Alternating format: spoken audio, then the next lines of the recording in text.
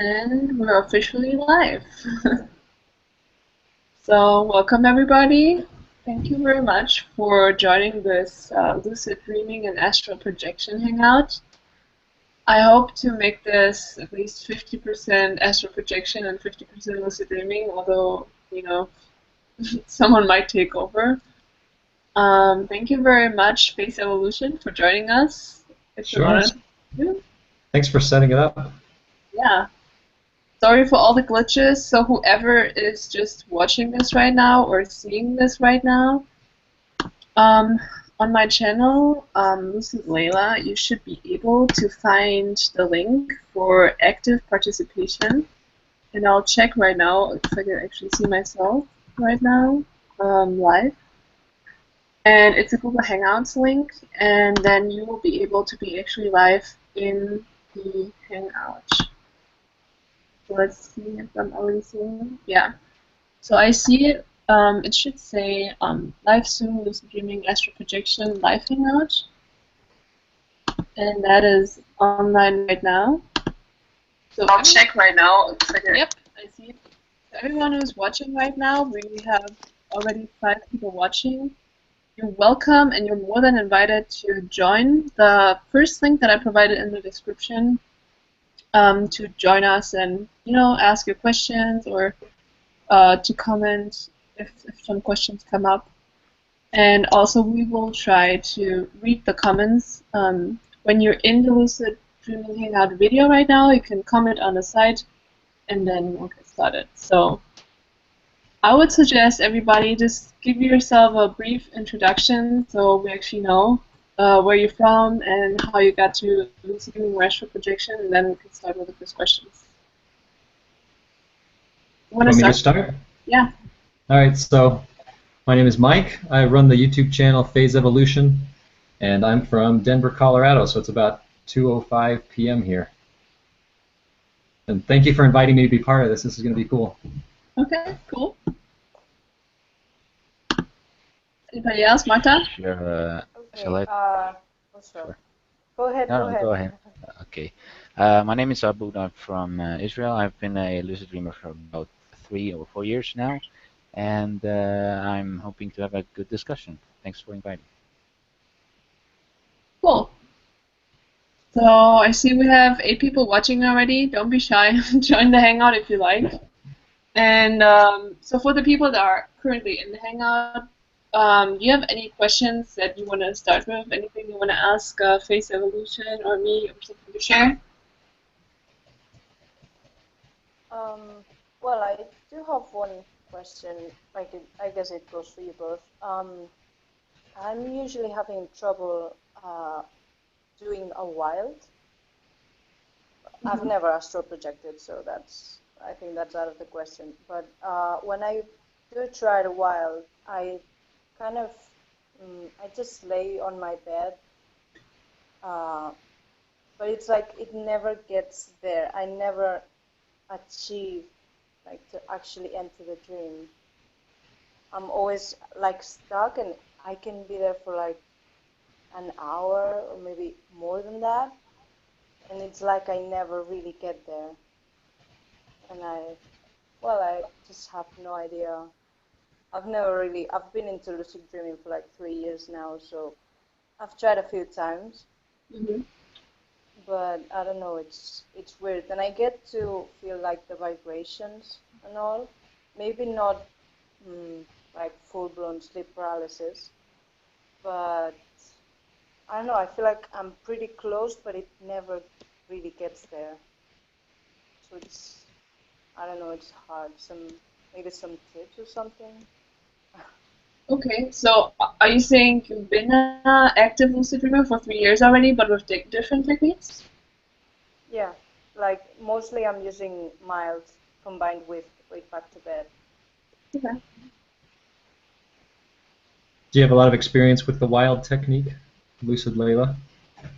Yeah, so I totally understand your concern with wild. I personally hate wild because I mean, Face, or Mike, it's I have so much respect for you, literally trying every night and practicing so hard.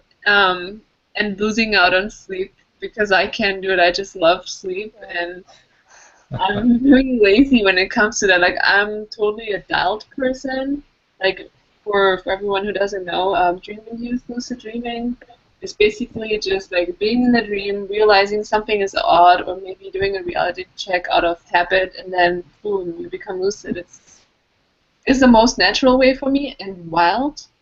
What Marta was talking about is a wake-induced lucid dream, where you basically lay down, your body falls asleep, but then your mind kind of stays awake and you kind of shift into wild. And literally, I mean, I've been trying and practicing a lot, and probably only wild lucid dreams that I successfully managed to do, although I had lots of other lucid dreams, but wild, maybe 3 or 4. Literally, my success rate is so low with wild as well, so I wouldn't worry. And at this point, I'm thinking, why should I even, push myself if it's just too, it's not my thing. Everyone has a different style, so I would not. If something works for you well, I would rather focus on something that works for you well and getting better at it, something that you enjoy, than something that's just hard and tedious for you. It sounds like you're in the right direction. So with with the wild technique, that's the closest lucid dreaming technique to inducing projection using the direct method. So you lay down and you put your body to sleep, and once I put my body to sleep, you get that wave of that heavy lead blanket feeling that goes from the bottom of your feet up to the top of your head. And then where it's different is I start to get like this hypnagogic imagery in my head. These little snippets of dreams, little things, nonsensical stuff that just come and go. And when I'm trying to project, I just try to use that as a signpost that says, you're on the right track. And I try not to focus on it too much because it tends to lead me into a dream rather than a projection. But when I'm trying to wild, I do exactly the opposite. When I get to that hypnagogic imagery state, I actually start grabbing onto those little snippets of hypnagogic imagery, and I try to follow them, and I try to expand them into dream scenarios and kind of like storylines, and I try to just build them. And then as I build them, then I can sometimes take those and I can convert those into a full-blown dream where I can transition between awake and asleep without having to sleep in the middle, where it's directly from awake to a dream state. So that's the point where it becomes different than a projection, at least in that particular technique, as you get to that point with the hypnagogic imagery, and then I try to expand that rather than just use it as a signpost and ignore it, if that makes sense. Yeah, that makes sense a lot. Like, I think the only one where I really successfully wilded was, that I can remember on top of my head right now, was one where I was laying down, and then all of a sudden, like, reality mixed with dream, and I saw like a door in front of me, and it was almost like me stepping into it, and like stepping down a door and going into a basement, and that actually led to this weird Harry Potter dream that I had. So it was it's interesting. Like, I like it. I would like to do it more, but that just is natural to me. And we just got a new visitor. Welcome, Bill. Nice to see you. Can you actually see me? We can see Can your you see me? profile picture, but we can't see your video. Well, I couldn't figure out how to work it. Sorry to interrupt you. I was listening to you. It's fine. Maybe. No, please be part of the conversation. Yeah. Yeah, I can hear you and you can hear me. I just can't. I have I got a Acer Chromebook. It should show my picture live, but I can't figure out how to work it. So anyway. Okay, well, as we can hear, I think we're fine. We also got one response to your question, Marta, and I think, yeah, so the Moon Kingdom wrote, meditation and tactile visualization helps a lot with wilds. So maybe that's another tip for you as well. Like, if you meditate more and visualize more, then maybe that will be easier. Yeah, that makes sense. I will try. I should meditate more than I do. Like I try to set a routine, but it's hard to stick to it. Layla, Yeah. one little tip you gave me that really I had never lucid dreamed, lots of astral travel and going into the Akashic record and all those things. Never lucid dreamed or understood it till I found you on your, your little videos. But what really I absolutely started lucid dreaming and understand it now. And it was the little secret you gave me to call on some higher spiritual powers. Like your, what do you call them? Your Ritual higher guide? self? Your helper in the higher worlds. Yeah, They your call guide, him a spiritual guide, I think, sometimes. your dream guide or Your spiritual guide? spiritual guide. Spiritual guide. Yeah. Yeah, I did that. I said spirit guide. Layla said, well, ask your higher spirit guide and higher self. I did, and I started. Next thing I knew, I was lucid dreaming. Wow, that's a really cool technique. So you've been a master of literally the, majestic technique of astral projection, all that kind of stuff, and then you kind of downscale to lucid dreaming? That's interesting. Well, actually, I cheated a little bit because I'm almost 72 years old, but I started in the 50s, and I probably shouldn't say this, but I took LSD about 8 times when it was legal. It was actually legal in California with Tim Leary. And I was reading Loeb Sang Rampa's books. You can still get them free on the internet. And boom, one night I was gone for like 8 hours. It was fantastic. But there's a downside. I literally started going crazy, and I had to stop. And I went on to some sacred books, and then for about 10 years, and finally you get too far advanced, and you're not supposed to do that. Took about 10 years, but the whole time I've always had my astral now, and it was worth it. It was dangerous, but nevertheless, I still had never lucid dreamed. And your suggestion, call on your spirit guide, and it worked for me. I have had some fantastic lucid dreams now. Can I ask are we still answering a question, or could I throw in a question for the group? No, you can totally throw in a new question. Okay. I've been having this experience. I never had it before. I can be wide awake and at the same time be in a lucid dream. And I can go from my mind, and I think it's because I can astral travel. I can go right if nobody's around disturbing me. And I'm retired. I have lots. I'm out in my little office now. No, my wife thinks I'm nuts, so she doesn't mess with this.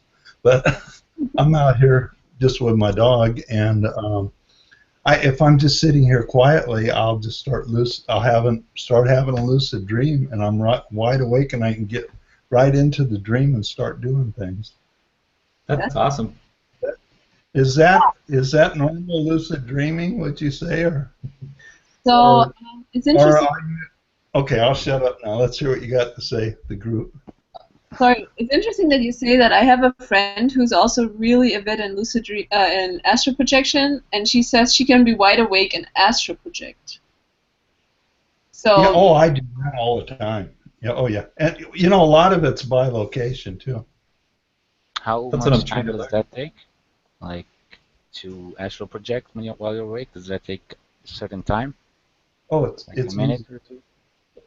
Yeah, once you start astral traveling, then all going to the Akashic record, time traveling, it's easy as pie once you get it down. So to do that, the only thing that stops you is it can't be done. That's all. So to do that conscious shifting where you're just going from awake to projection, how long does that take? Like, is there a relaxation period? Are you meditating beforehand? Is it just an immediate?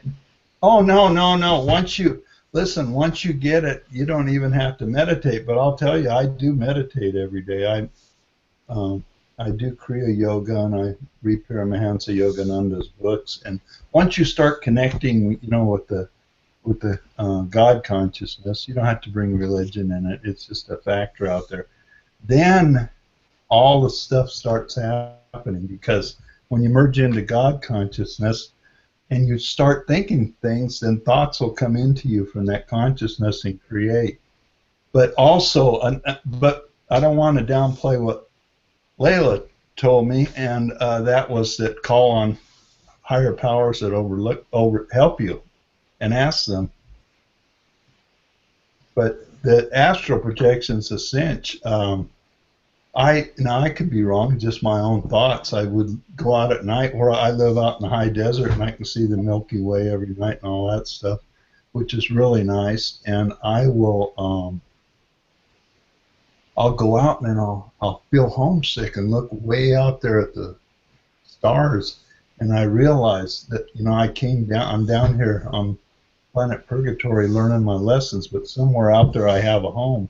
And many times at night I travel to my home up there. I actually have a home and know people there and everything, and talk with them, the whole works. So that's something anyone can do. We're all from different, in my view, different galaxies down here. And like, you know, but it's just the idea. You just got to emotionally connect with something out there. Then you get it. You get it. There's the best.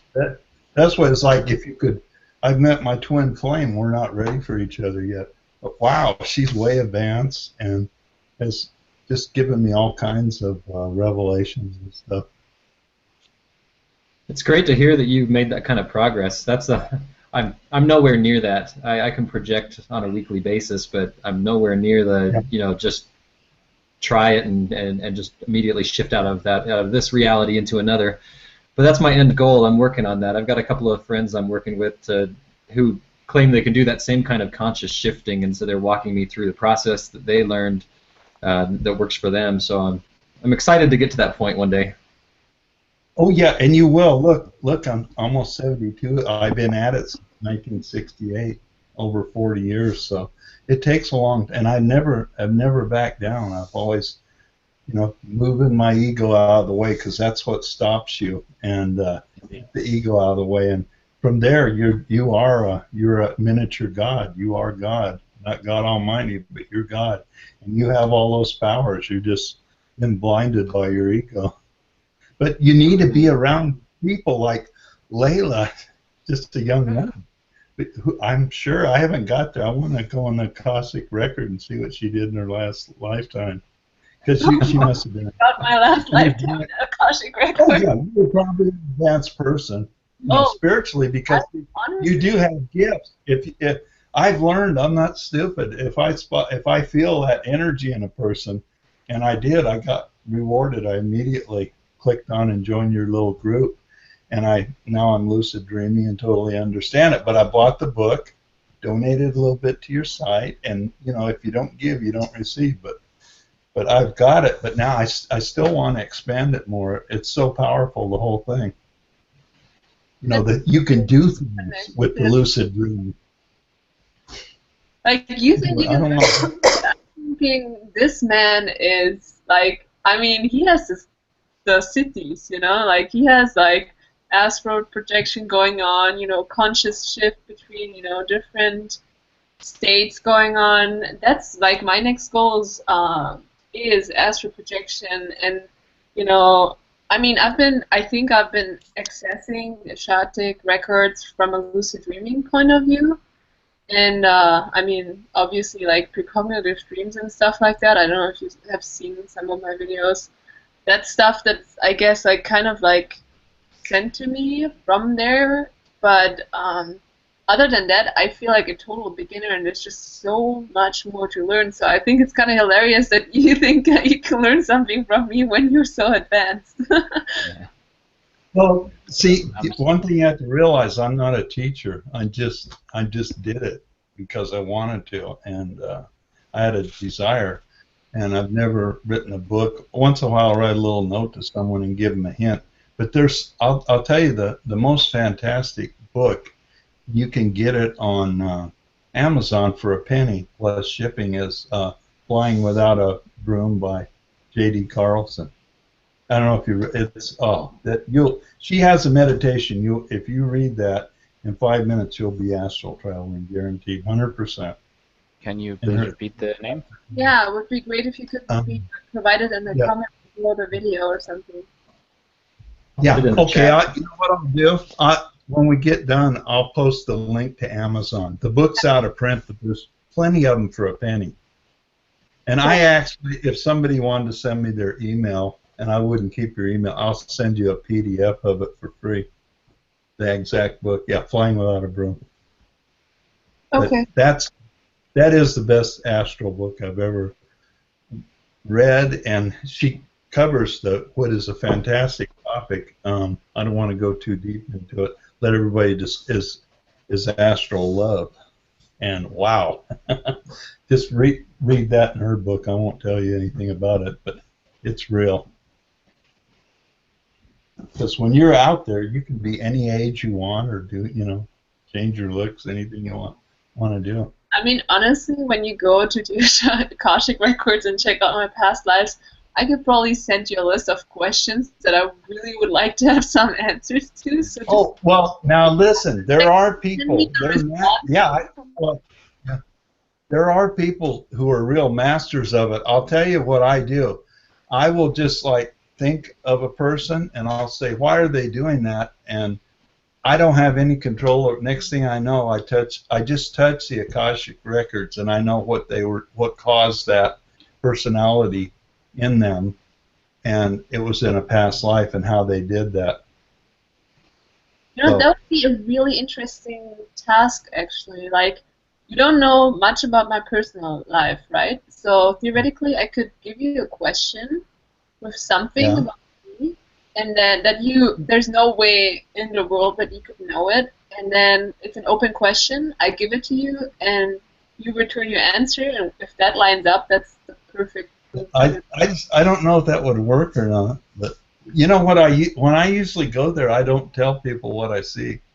See, I'm using it for my own. Because remember, I'm not a teacher, and I'm not out to get students or anything. And there's nothing wrong with that. You are, Layla. You are a teacher, so you should probably absolutely be using the Akashic record as you get in your little teaching ministry is going to grow and grow now, and as you get more students, you'll want to know, hey, what's going on with this person? Why are they, something strange about them or good about them? Most of the time, anyone I've come in contact with in these higher teachers, they're all good people. Never had a bad person. And I'd so long ago learned to deal with dark entities, they don't even come around me anymore. They don't happen to me. I've completely believed my way out of all that, and it just doesn't happen. And if I get around a person, they back off. But you just have to know how to deal with it. It's all in your mind. It's all whatever you believe. How about? In other words, you're God, and everything you do happens. How about you, Marta and Aboud? Have you astral projected yet? I did have my first astral projection about a year ago, but it wasn't intentional. And I believe it was astral projection because it was so realistic that you really start to question reality. You really start to question that there is really some differences between astral projection and lucid dreaming. And what really happened to me is that I only drank like a couple of glasses of wine, and like I was really relaxed, and I went to bed, and unintentionally the hypnagogic images started, and after the hypnagogic imagery finished, really intense vibrations started throughout the body. That was the first time I ever had any kind of vibrations, and I was really shocked. And the vibrations were so strong that I felt my heart is gonna go out of my chest. And what's really interesting is that I've never read what is astral projection. I've known the name, but I didn't know what happens during it. So I knew that it wasn't kind of a dream or something. And I unintentionally, like I like to call it, exploded out of my body. That's how I experienced it. That's how I perceived it. I really went out of my body on my bed, and that was 3 times. I went like my astral, let's call it, went back to my body unintentionally and went out of it again unintentionally. That was a really shocking experience. That happened like around 3 a.m. and I couldn't sleep until 6 a.m. Looking around, and that was really what opened my mind on these subjects. So I've had a few more astral projections after that when I learned a few techniques, and I'm really still a beginner at astral projections, but I was a kind of a more experienced in lucid dreaming. So yeah. That's cool. How about you, Marta? I've never astral projected. Like I'm having a hard time with wild. Like I'm not even thinking about astral projection yet. Yeah. I hope one day I'll be able to like develop the skills to do it, but right now it's not on my list. Maybe that's a reason why we both particularly have such a hard time astral projection because we're really bad with wild, and we Yeah, just I think they're very closely connected, I think. Like being able to do one is going to help you doing the other. Um, I We had a question. personally Oh, go ahead. I'm sorry. I personally am not really sure about the differences between lucid dreaming and astral projection, since I haven't projected many times. But my first time really was different than a lucid dream. It was much more clear, and I could feel my like the senses were really realistic. But like I said, I'm really skeptical about the difference between astral projection and lucid dreaming because I haven't personally had much experience in it. So I'm interested in knowing if there are really any, let's say, subjective or objective evidence that it is okay. different than lucid dreaming. I can tell you how it's different from me. Bill will have a lot more to say about this, I'm sure, than I will, since he's got years and years of experience. Yeah. But for me, the biggest piece at the very beginning is the physical onset. So you felt the vibrations, you said, Yes. and so I feel those, and I get these auditory hallucinations and this roaring and rushing in my head, and this backward sense of moving vertigo, like I'm flying up and out, and the entire process of transitioning from the awaking state to the projection is very physical, and then I don't have to fall asleep between the two. I reach the mind awake body asleep state, and I'm kind of just fully conscious and aware while I'm sort of floating in this void, and then I make the transition to the astral, and I never fall asleep. At least it appears that way to me, and I never lose consciousness. So I would say that's the first difference from my perspective. The second thing is you mentioned the clarity that you feel or that you felt, and that's another big difference for me is that when I have a lucid dream, it's always like I'm kind of looking through a tunnel, like I've got tunnel vision, and I have no peripheral vision, and everything is still kind of very dreamlike, and it's sort of usually nonsensical. Like there's dream scenarios going on around me that really don't make a lot of sense. They're very dreamlike, and I just have become aware that I'm in this scenario. Whereas in a projection, everything is much more like the real world, except for just more vibrant, and I have use of all my peripheral vision. My senses all function properly. Where in a lucid dream, I've mentioned in a few videos that it's very much like I'm touching things through like a thick leather glove or something. Everything feels very deadened. So my touch doesn't work. My sense of taste doesn't work. I have sort of a vague sense of something in my mouth if I put it in my mouth. But in a projection, I could have full use of taste and touch and sight and hearing and everything like that, and it's even more enhanced usually than it is in waking life. So the combination of the physical aspect, the not having to fall asleep to reach that state, and then just the clarity that I have when I'm in the state, I think are the three biggest things that separate the two experiences for me. But see there, I only have one problem. Because when I have lucid dreams, there's all kinds of different levels of lucidity. And one of the videos I shared that if you actually like shout something out like clarity right now, you can actually like, boost up your, it sounds so weird. Really, it sounds so weird, but it actually like the dream responds to it. And like this one day I was like below a tree and everything was kind of muddy, and you're seeing that it's kind of like through a leather glove, right? I was like, clarity now, and suddenly it went from 720 resolution to HD, and I was like, okay, this is pretty nice. And I did it again. I was like, more clarity now, and it went to Ultra HD, and I'm like, wow, this is so crisp. At this point, I saw stuff more like crisper than in reality, and I went to like a leaf of the tree, and I was like, whoa, I can see the surface like an ant with such crystal clear clarity, and I touched it and I felt every little bump on that little particular leaf. It was more real than reality to me. I agree that you can ask the dream to do stuff for you, and it actually responds. Uh, like one time I wanted to get control of my flying. I felt like someone was pulling me in a circle, and I just couldn't control myself. I was like, "Give me control! Give me control!" And I was screaming so bad until the dream like settled down, and I could like, okay, that worked, and I could like freely fly. So that actually does work, whether it's you're asking a dream or whether you're like demanding something. It really, I think it works by asking your subconscious or something. It's like you subconsciously project your thoughts in the dream. I totally agree with all of you. I had the exact same experiences. So we're all on the same deal. Of course, they're a little different for each one of us, but it's me, lucid dreaming. What's fun about that?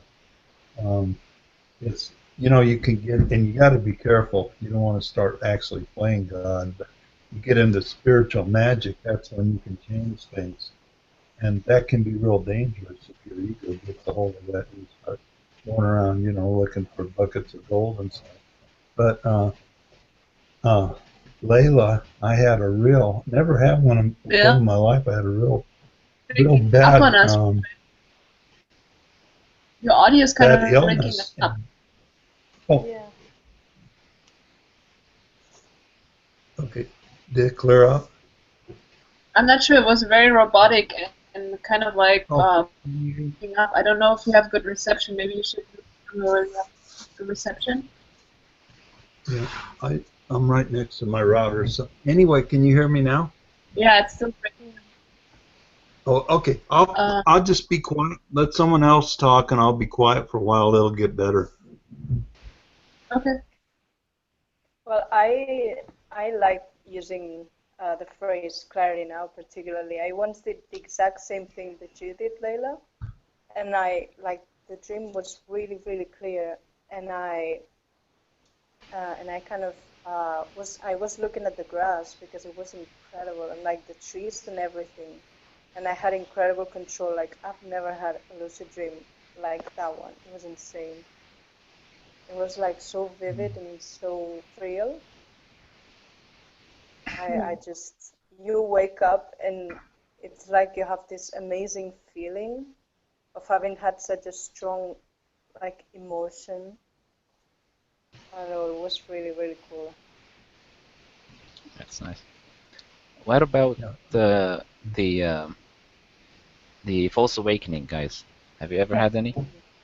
Layla's got a story about that. Oh gosh, guys.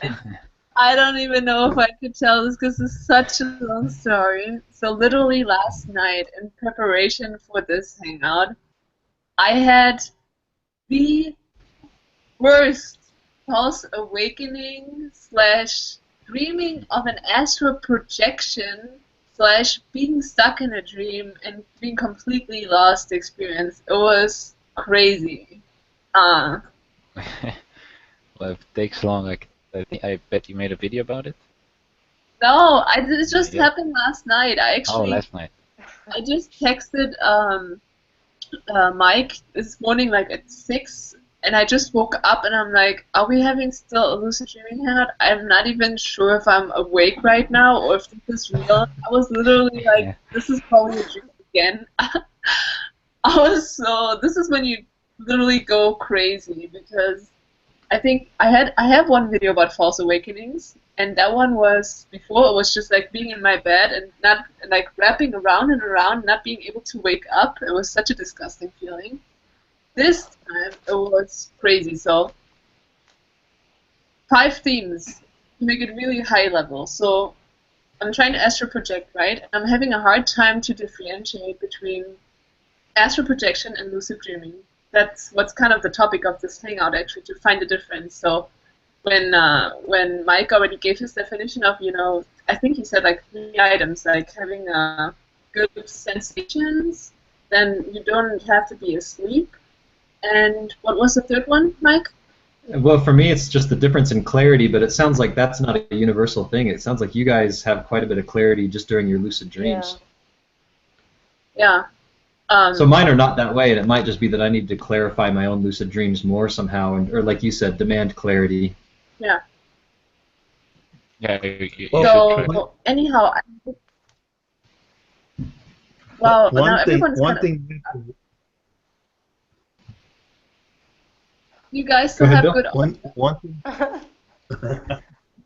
Go ahead. Do you guys still hear good? Because some people are breaking up on me. Yeah, me too. I hear you. I hear it Having good. a hard time. It's a little bit of delay, I think. A little bit of. I think I hear you good. Yeah. Okay. So to make it really short, I was dreaming. So I'm in the United States right now, and I dreamt that I wake up in Germany because I had to go back because I failed or something, which is already hilarious. And I wake up, and I think I'm astral projecting. So, and I lift myself up, and I see my hands are glowing in front of me, and I'm thinking, nice, finally an astral projection. And I walk towards, I think my parents' bedroom or something, because I want to see if they see me as a ghost or something.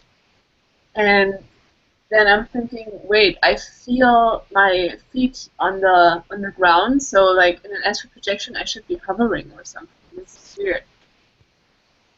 And then I try to do reality checks, and this is the first time that I do at least like 5 reality checks, and all of them failed. Have you ever had something like this, guys? I did have until I started to only use the reading reality check, because I think you cannot, like, you can barely. That does not. How do you say? Cheat on you. I mean, like, it always works. Reading something and then reading it again. That's the most. That's the only reality check I can trust right now, because I've had the put your finger into your palm one. I had the breathe through your nose, and they all failed me. So.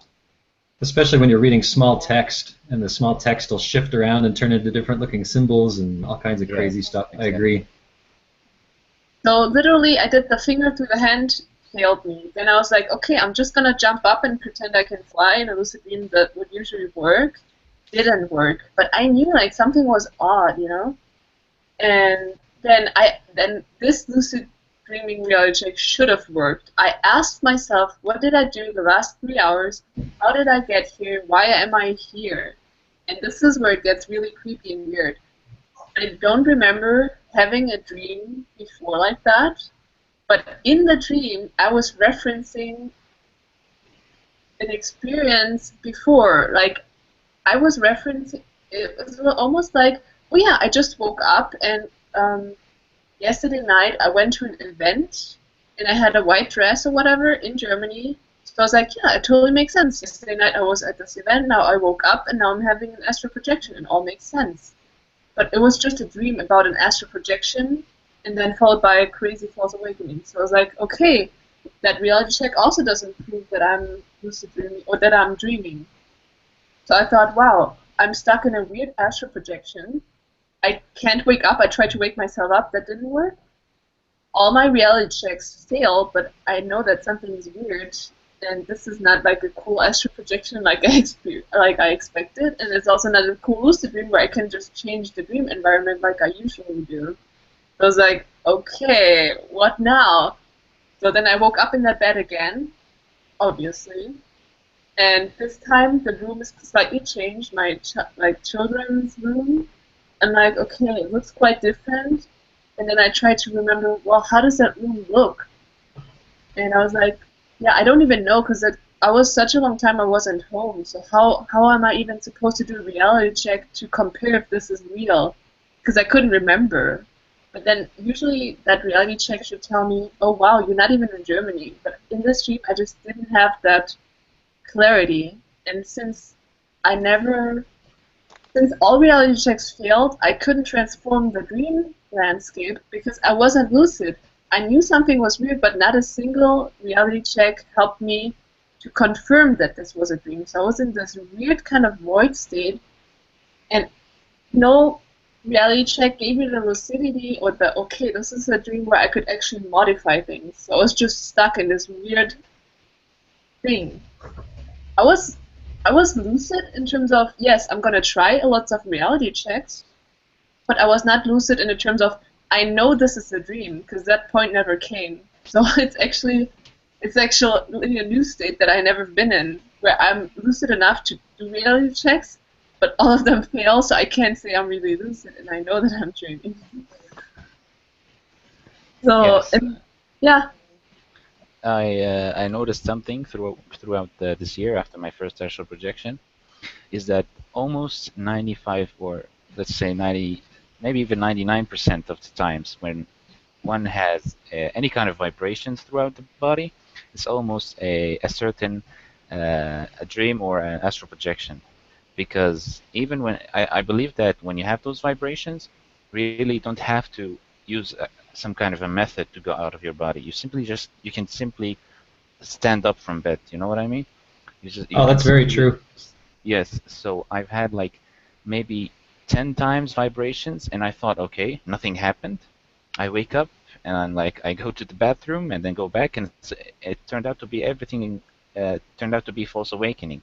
So, for example, one time I had those vibrations, and I stood up, and then I was like, okay, let me do some reality check, and I was like, let me try to fly, and I jumped up to fly, and I just couldn't fly. But I didn't notice that I didn't have any carpet on the floor. I went to sleep, and it turned out that I did have like a carpet, unless everything was a false awakening. So what I'm trying to say is that any kind of vibrations throughout the body means that you're very, like, more than 95% close to being projected, or it turned out in a dream. That's definitely the case. So what I found is that I don't need techniques at all to exit once I'm in that vibrational state. It's usually techniques that I use to get to the vibrational state, but once I'm in it, I just let it build up, and once I get to the point where I can, see through my closed eyelids and see through my sleep mask and everything else, and you get to the point where you know that feeling of the state, and I just sit up or I just roll out of bed. There's no need to do the rope technique or anything else. Yes, you can simply go out of bed. You can just stand up, and you're already in the astral world. Right. Yeah, or you're in a dream and you're stuck, and all reality checks fail you, and you think you're in astral projection. Yes, false awakenings are horrible. I can understand that. It's like an opportunity that is lost.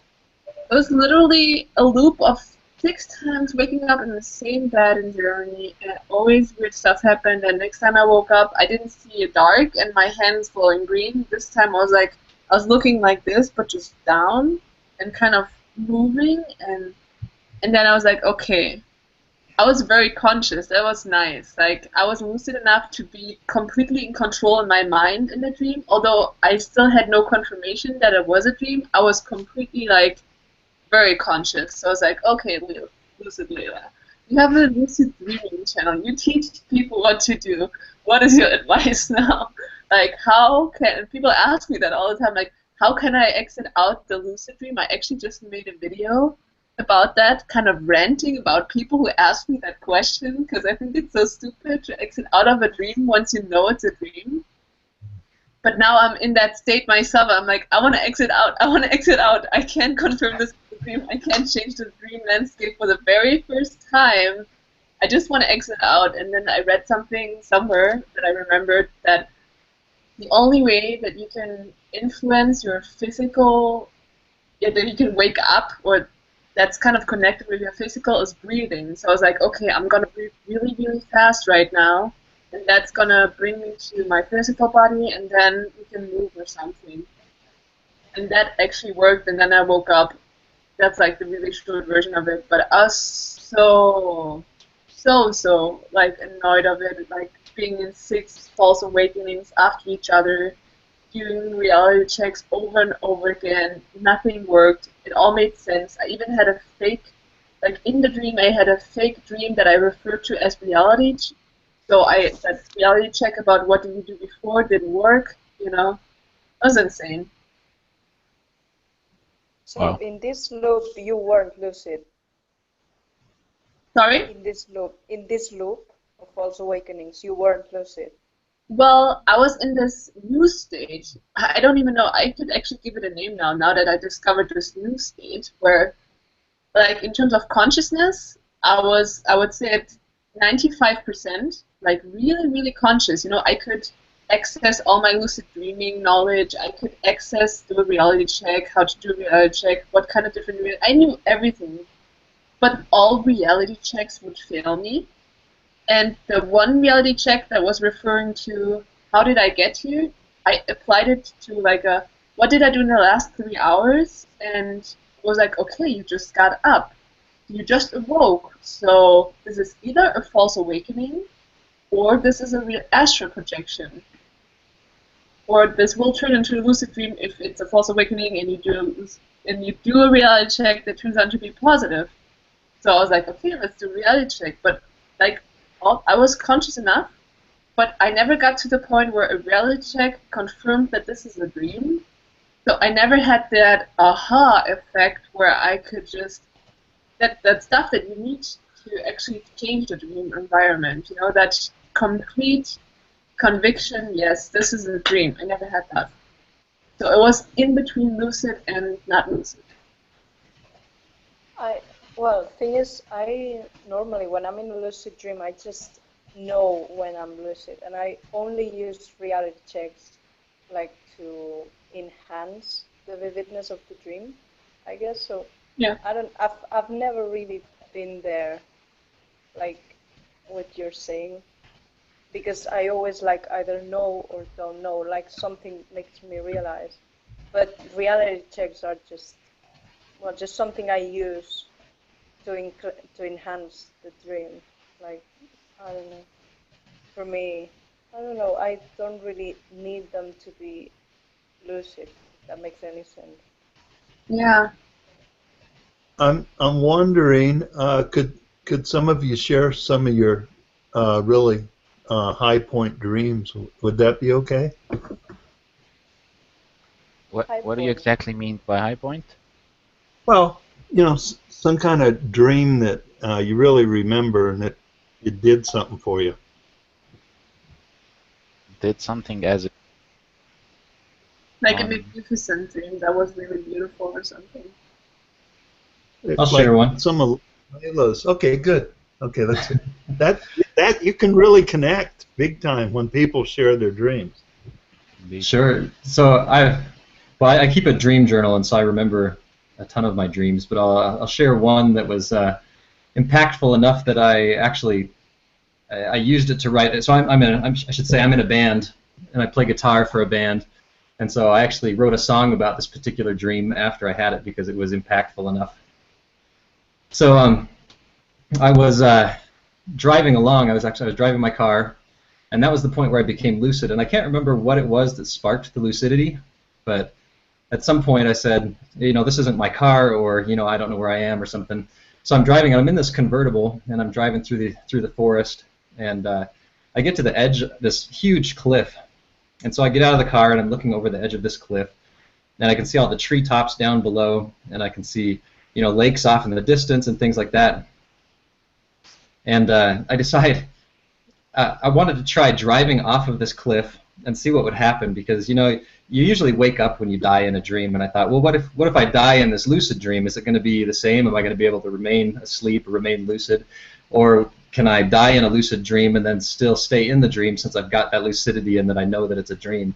And so I climb back in the car, and I drive my car right off of the cliff, and I see all the trees and everything on the way down, and it was incredible, actually. So the falling feeling that felt realistic, and seeing all the scenery down below, and feeling the wind in my face and falling down, and then I did hit the ground and it woke me up. I didn't remain in the dream, but it was a pretty cool experience. Oh, that's awesome. That's cool. We just got a new person who joined, Arcanine. Hello, welcome. You're currently muted, so you just have to turn on your microphone, and then we can hear you. If you want to say hi, or just introduce yourself. If not, it's fine too. You can always tune in later. Also, I want to maybe answer some questions that people are watching us on YouTube right now. So, oh, her voice is gone. Okay. So someone was asking, are you guys still doing tests, like when you astral project, like that you put something somewhere and then you check if that's really the item that you are looking for? On my first astral projection that happened unintentionally, I immediately thought of doing that, and I had my shoes under like a drawer, and I remembered to check if they were really there, and well, they weren't there. But then I learned that when you astral project, you really don't astral project in the real time zone every time. You sometimes project in other time zones, if you know what I mean. So Yeah. no, I did not find the shoes, but that was the only test I did, and I'm working on my new test, which is putting cards on the stereo, and I'm waiting for my next astral projection to test that. That's pretty cool. How about the other guys? What's up, everybody? How's Hey, it going? Hi. New visitor, Josh. Hi, Josh. Welcome. Hey, yeah, I didn't realize you guys were doing this. My phone's been broken, and I've only had my computer, and I haven't been on a lot. So I just jumped on, and I saw you guys, and was like, oh, I better come say hi. So I'm actually getting ready today to start working on building a log cabin. So which is pretty exciting. But anyways, just thought I'd jump on and say hi, and this has been a really cool conversation. Yeah, I'm pretty stoked about it. And hi, Marta. Marta and I, we've talked for like the last year. She's kind of been my lucid dreaming buddy, and I recommend everybody have one just to like, build it, like, I don't know, like just to inspire each other and just to like be able to like talk about all these different things, and it's been really cool. So, hi, Marta from Spain, Catalonia. Cool. We haven't. Community. Yeah, we've Skyped a few times, but it's been a while. So good to see you guys. See you. So anybody else doing astral projection tests, or did anyone ever do them, and what was the result? I can tell you I've done them, but my results aren't very impressive. I'm kind of in the same park as a Bood, where I think I'm too far out of phase with the physical world or something. I've tried cards, I've tried reading dice, I've tried interacting with physical people, and every single test was a failure. So that lines up pretty closely with other people that I've read. So a guy named Frederick Ardema does a whole lot of experiments in his book, and I think he gets like a 30% success rate by the end. It's even less than chance. And Bob Monroe, in his books, he does some tests in laboratory conditions, and he can't repeat anything. So I don't feel too bad, since those folks are way beyond my own skill level. But I've also heard people who say they can do it. It's just I've never had the experience. I would like to ask Mr. Bill if he thinks that he projects in the real time zone or like in different zones. What do you think? Well, yeah. Let me say this. Once you've gotten used to it, and remember this: you are a miniature god, so you're fully able to do all these things. It's not a problem at all. You don't even need a spirit guide, but that helps because a guide will awaken you to what is in you. But the only thing stopping you is your ego, and your ego will say, oh, it can't be done. If you think that, it won't be done. But here's something all of you can do, and Layla helped me do it through lucid dreaming, but you can do it. I do it in the astral all the time, and that's to go out and change things or discover information. For example, a spiritual friend of mine, she found out her husband was having an affair, not a physical, and was saying all these. She read all the emails, was really having a good old time flirting with this girl and everything. She was 20 years younger, and she was so upset, and she sent me an email last night and said, would you go touch my husband in the spirit and tell me what he's really up to? And I did, and I know how to do that. Any of you can do. I went and I touched his spirit, and he was just having a fantasy. He never had any. He loved his wife, never had any intention of physically doing anything. And I emailed her back, and I told her, well, you know, if that upsets you, I said, everybody has fantasies. You might just need to tell him to control himself. And I touched his heart, and I knew he still loved his wife, so I just told her that. But those are the kind of things you can do, and it's a little dangerous. You can do lost soul work, help lost souls. You know, a nice way is like connect them if they're wandering around with a loved one up in paradise, and they'll drift on in there. Then. Things like that.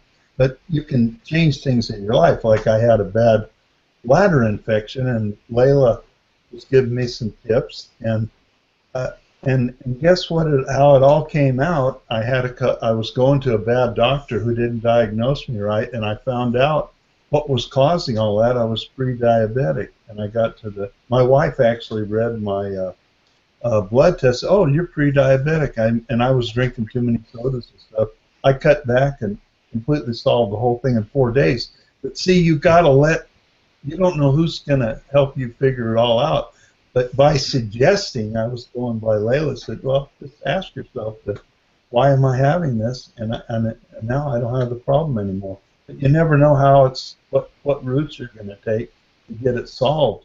But it's a lot of fun, and anyone, you know, everybody should be very happy in their lives. That's normal with all the money you need and just enjoying your life. I'm not saying to be a millionaire, but just we're created for that, and if we're not having that, have the right person in your life and all that stuff, it's because, you know, you let your ego run your life and you're not in your God self, bringing all the things that make you happy and a good life and the positive. And then you can go out and start helping others too, like Layla's doing. So I don't know if I answered the question, but anyway, going into the Akashic record, time travel back and forwards, astral travel in the now, and you can bilocate. And like I did on that woman's husband, I just bilocated. And all I did was suggest I want to go there and go to sleep, and it happened. It's just that simple. And woke up this morning, sent her an email, and any of you can do that. You're all fully capable of it. And the reason you're not doing it is you just don't believe you can, and I'm not putting you down. You will eventually start doing it. So, anyway. Very inspiring. Arcane is asking a question. How can you lucid dream? He hasn't had a lucid dream, and he wants to know how he can get one. Anybody, any good advice? Sure. Listen to all of Layla's videos. Yeah, we'll start doing that. There's a lot of noise now. Marta, did you want to say something? No, I said keeping a dream journal. I think it's the first stepping stone to lucid dreaming. Definitely a dream journal, and start doing some reality checks. Yes, I believe that keeping a dream journal is one of the most important basics, because even if you have a lucid dream, you will forget it if you have a weak dream memory. So having a strong memory of dreams is the first thing you want to have. Agree. Then you can go on with your all-day awareness, which means that you keep being aware of your reality during the day, to do reality checks as much as you can. I believe that helped me a lot, because you start to differentiate between the dream reality and well, this physical reality. So yeah, this is these are one of the most important steps to take as a beginner. I hope that answered your question, Arcane. Another question that I saw in the comments below our video stream was from Derek. Lucid Dream. Someone has their speaker on. Pretty loud. Mess with that right now. Someone was saying to them, lucid dreaming and astral projection is pretty much the same. What do you guys think on that?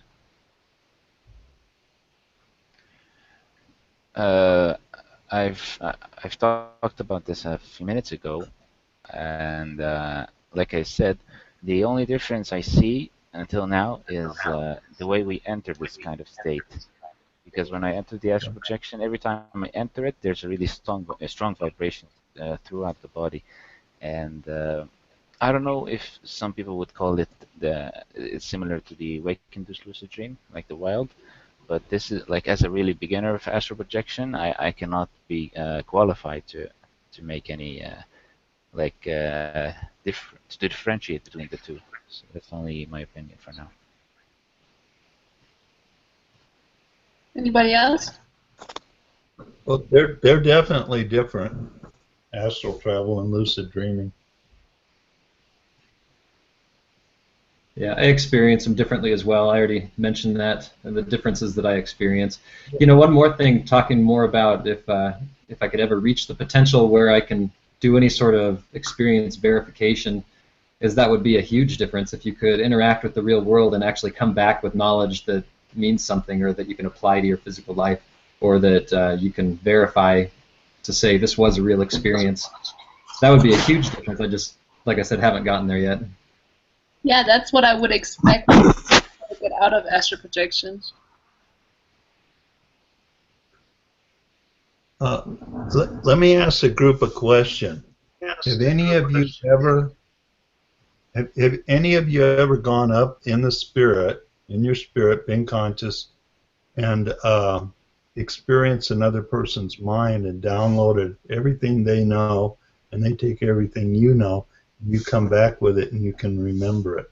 If any, I do that all the time. That's real possible. In fact, it's easy to do. I actually done it with Layla when I first came to her site. She met me in the spirit and showed me all about her astral stuff, and I kind of touched her last life. I didn't see it all, and that's a true spiritual teacher. They'll meet you in the astral, but you got to contact with them down here. But and what it gets back almost into a little bit of religion, and like Eckhart told it, you got to be right in the moment, experiencing everything right now. No thoughts about the past, none about the future, and boom, you'll see it all right there. It's all right there. I've had an experience kind of like that. Okay, so let's hear so I had a projection once, and this has only happened to me once. It was really interesting. But when I'm out of body, I don't communicate with words and you know the way you physically communicate. It's more telepathic and more communicating with thoughts. And so I had this experience where I actually went into somebody else's house, and this lady walked in, and when I touched her, it was like she was injecting memories and thoughts into my head. And so it was almost like I'm downloading memories of some different life that I don't recall. And I was trying as hard as I could to try to place these memories and figure out where they came from and how I was a part of them. But I was basically downloading memories from her head and then projecting thoughts back into her mind. It was an interesting form of communication. Yeah, that's fantastic. But was this through lucid dreaming or astral projection? For me, that was projection.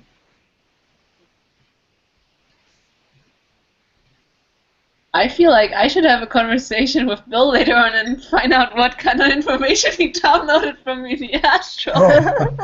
It was just about, I could have looked at your whole life, but I never do that. That's private. You just gave me some information on lucid dreaming, and like I say, within a few days I've been lucid dreaming. But I also use your method of I know my spirit guide.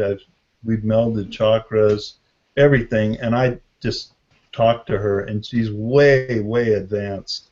She doesn't incarnate anymore, and most of us here have been at least 200 incarnations, every person here or more.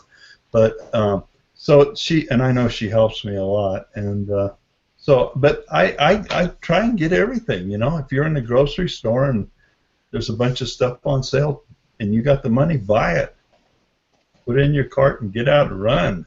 Keep it, but that's a huge secret, meeting other people. But the best way, I'll tell you, the best way to learn to astral travel is to meet someone you're attracted to and go up there and become one, raise your chakras together up to your crown chakra, and go into bliss.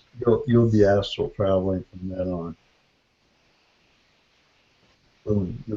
You'll totally awaken to the whole thing, and it will just start happening for you.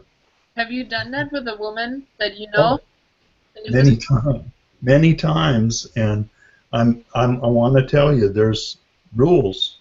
I'm married, and I'm totally faithful to my wife. We've been married 35 years, and I live the 10 Commandments. But up in the astral, of course, there's astral love, and you'll meet up maybe with ex-husbands or wives, all sorts of things. Your spirit guide, and you'll meet people down here, up there, and you may have a little love affair up there. But a little bit of mix down here. You know, you have to be pure down here in order to do that, and I do that all kinds of stuff. Something I won't even mention, they're too precious. And you'll have your own precious things if you'll open up to it. And let me tell you, in Flying Without a Broom, she thoroughly explains all of that. It's the only book I know that is that good. And that she'll go through all that. She has another book called Astral Love, but and it's like 50 cents on Amazon. I'll put both links. And if anyone wants, I'll put my email there. If you want to email me, I'll email you Flying Without a Broom on a PDF for free. I have a question for you both. Yes. So, obviously, since we've experienced this, like I just shared with this weird false awakening, I'm dreaming about astral projection. It's not happening. I'm stuck in a dream and all that kind of crazy stuff that happens to me. I mean, I had like one or two experiences that I thought they could potentially be astral projections, but really looking back, I don't think they were, like these particular ones that I remember.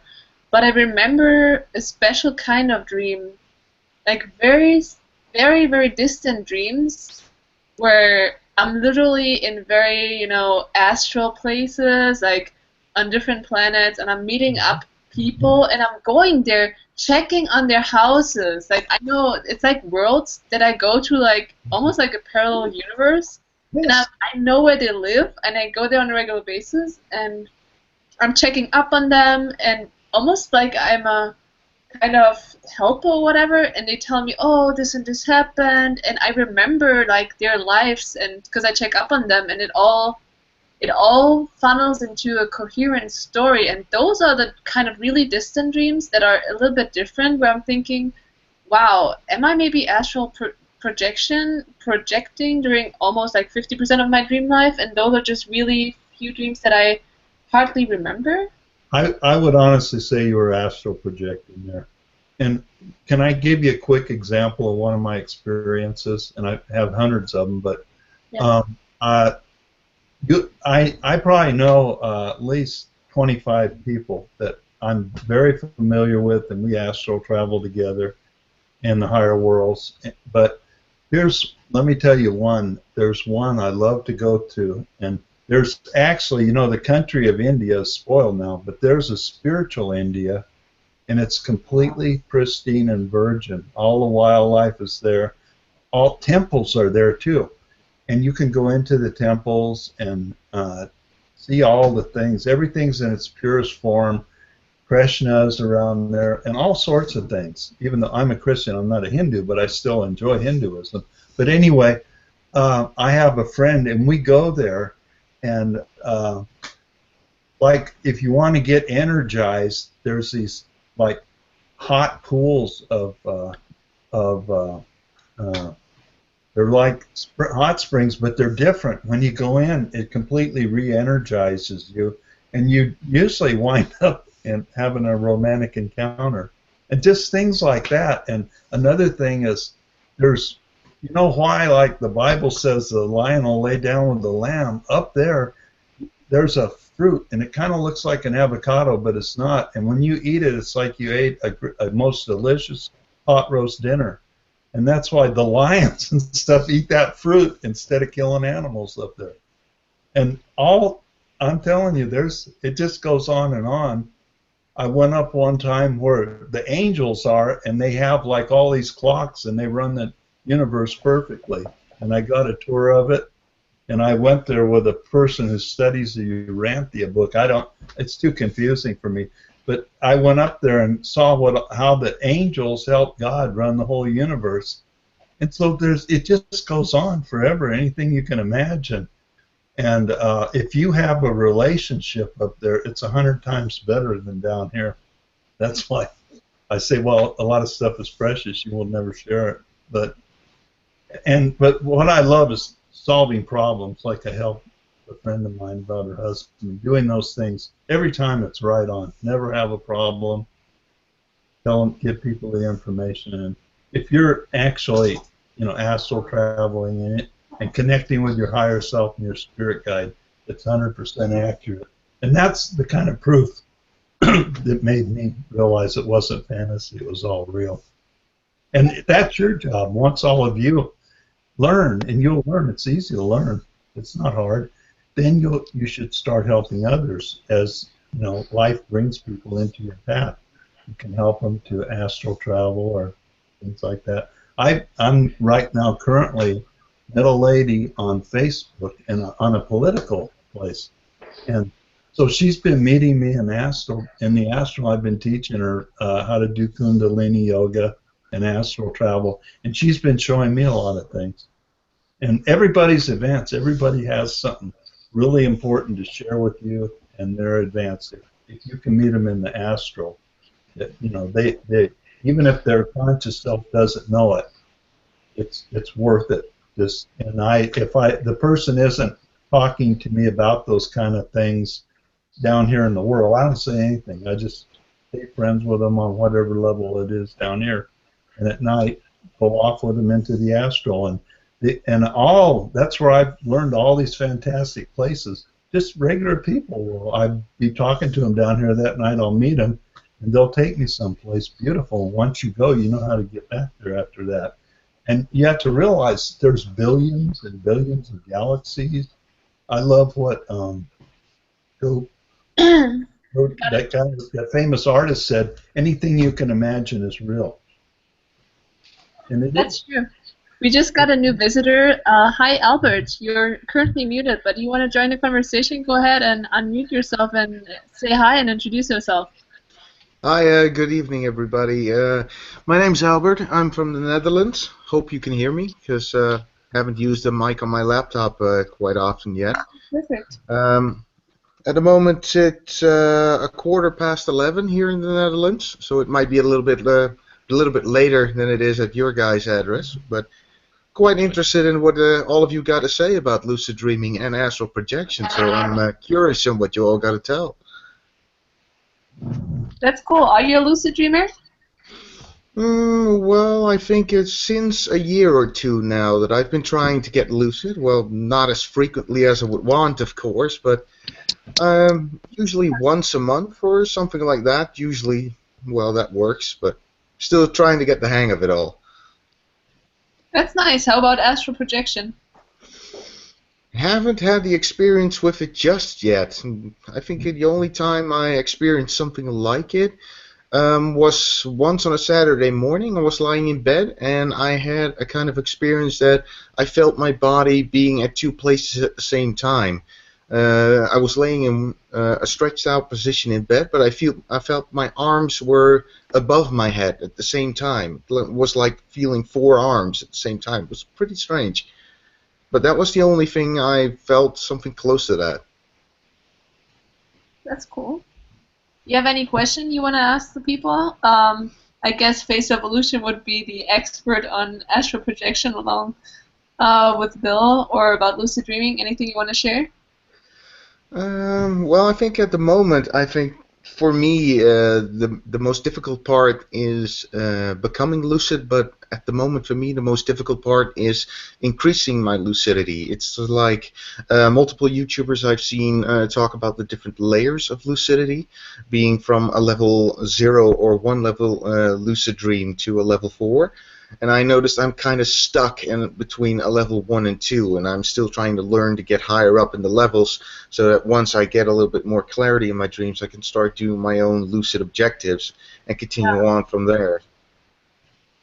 So that's kind of the trick, trying to figure out what works. Do you do any sort of deepening techniques?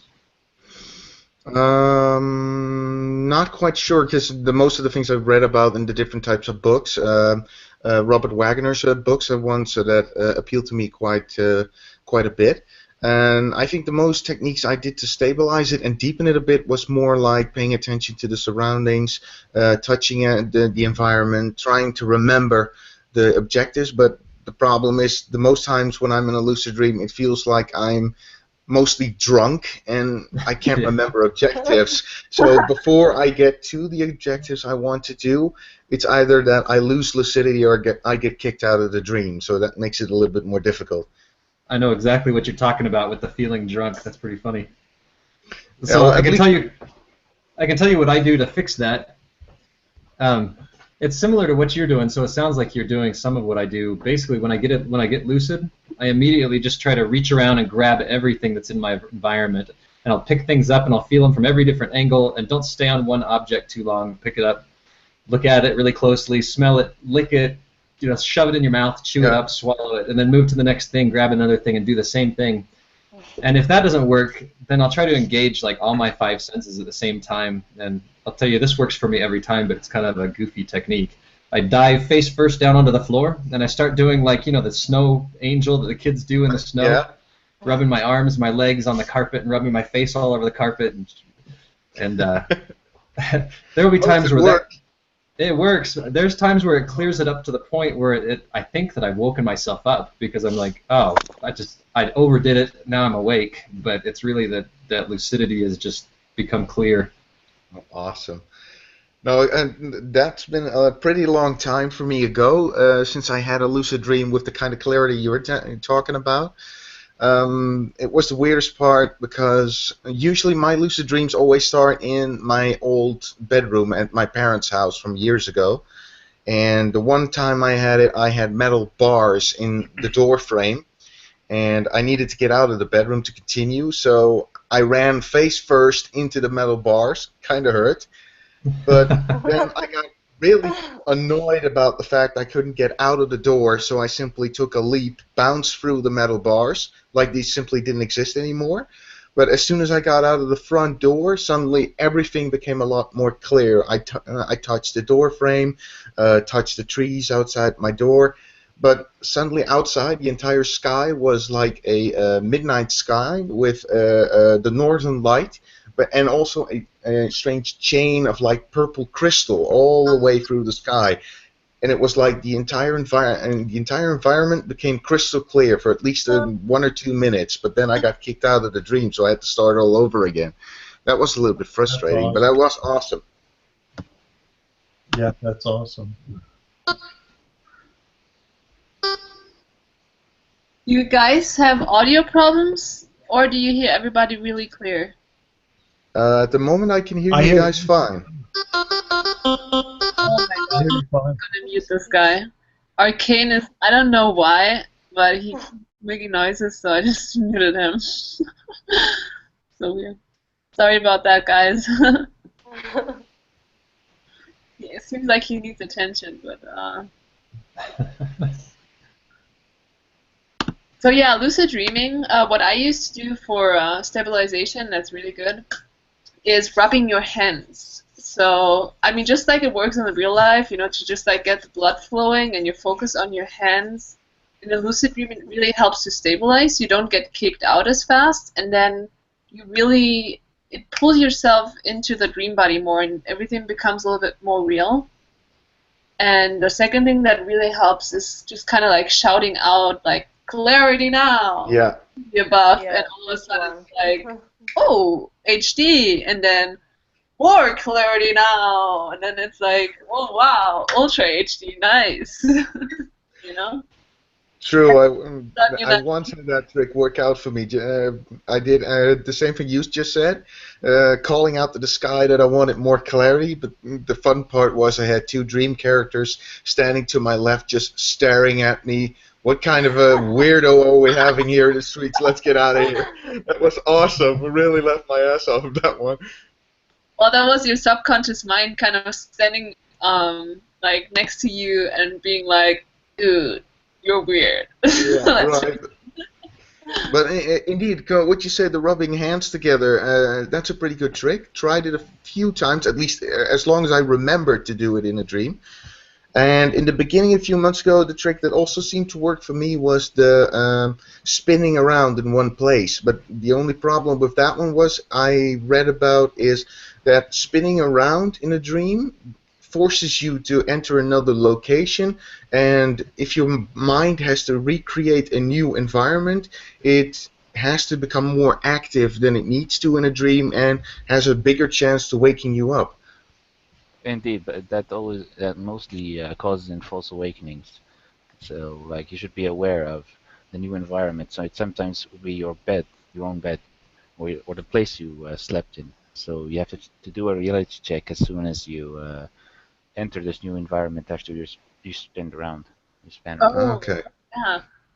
That's something to be aware of. I guess that's a good trick. For me, spinning around puts me in this weird kind of void state where I'm just like in a black room, almost Matrix-like, and then I'm like, okay, so now what? And then I have to really work hard to consciously recreate a dream scene. Hmm. Sometimes I would just wake up, so I don't like to risk it. Usually, if I wanna, that's one question of one guy who wrote me before that event. He was actually asking how to create like dreamscapes.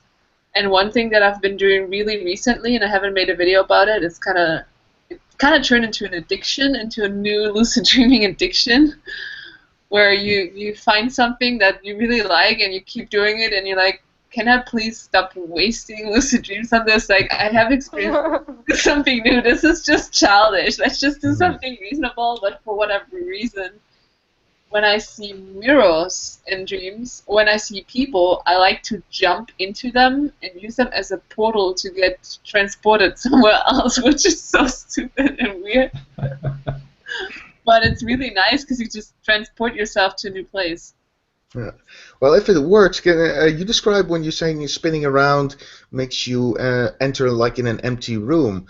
The things that I've experienced, but that may be because of the expectation effect I've read about a couple of times in the books of Robert Wagner. The thing with spinning around my axle is when I start doing it, I see like a spiral of green light in front of my eyes, keep spinning around me. But as long as I keep in my mind a basic thought of where I want to go, I usually end up there.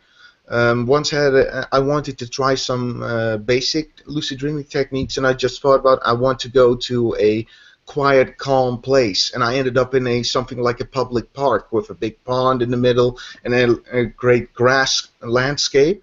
And I just sat on a park bench next to a very old guy and had a good conversation with him, and he gave me a couple of tips that I shouldn't become angry in a lucid dream for the next time. Worked out pretty well. But indeed, also the technique you say from jumping through a mirror, haven't tried that one yet, because usually when I find a mirror, my reflection is kind of annoyed and stares pissed off back at me. So that's kind of annoying. Yeah. Have you guys ever looked into a mirror in a lucid dream? No, it's on my No, list have you? actually. I've never really done it.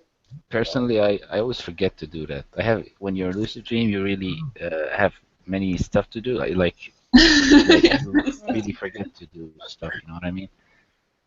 Yeah, the forgetting problem is also an issue that I have. Remembering all your lucid objectives, you write them down in the morning, and the next night, like I said before, it feels like being drunk. You can't remember a single thing in the dream. That's kind of a problem.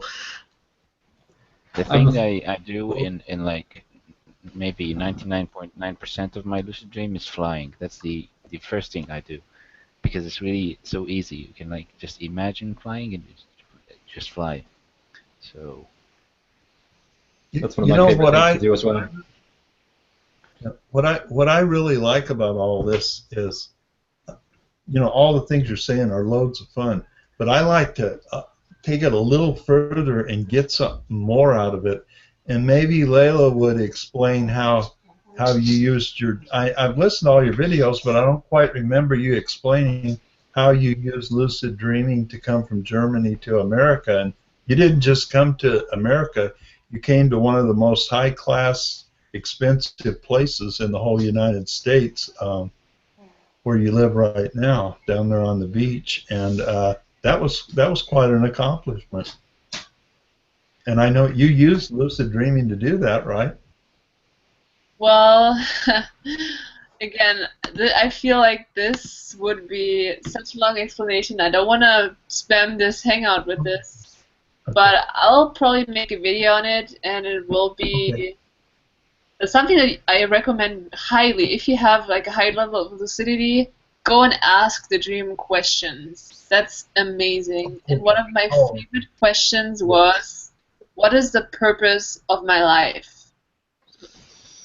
And I'm not going to tell you the story, but I can tell you, like, I got the most profound answer to this question. It's mind-blowing, and it entails another precognitive dream that is so insane and so precise and so random. So it made sense to you? Yes. I actually saw, like, before I even started actually thinking about my plan, what to do here, I asked what's the purpose of my life, and it literally told me in an encrypted way, you will be a student at an American university, but you're not going to be associated with any kind of fraternity or sorority. You're just going to be like your individual student, doing your own thing. Before I even started the whole application process, before I even looked into universities and stuff like that, I got that from a dream, and another answer as well, which was more into the direction of you're going to be a godmother. So basically taking care of people or of children that come from really bad families, like people that go to Africa and they build camps to help children and build schools and stuff like that. Like, that's your purpose in life, to be a kind of godmother and do something good. So those two things, I got that from a lucid dream, and one already turned out to be exactly like that. I'm in a university in America. I'm not in a fraternity or a sorority, and yeah, I'm loving it.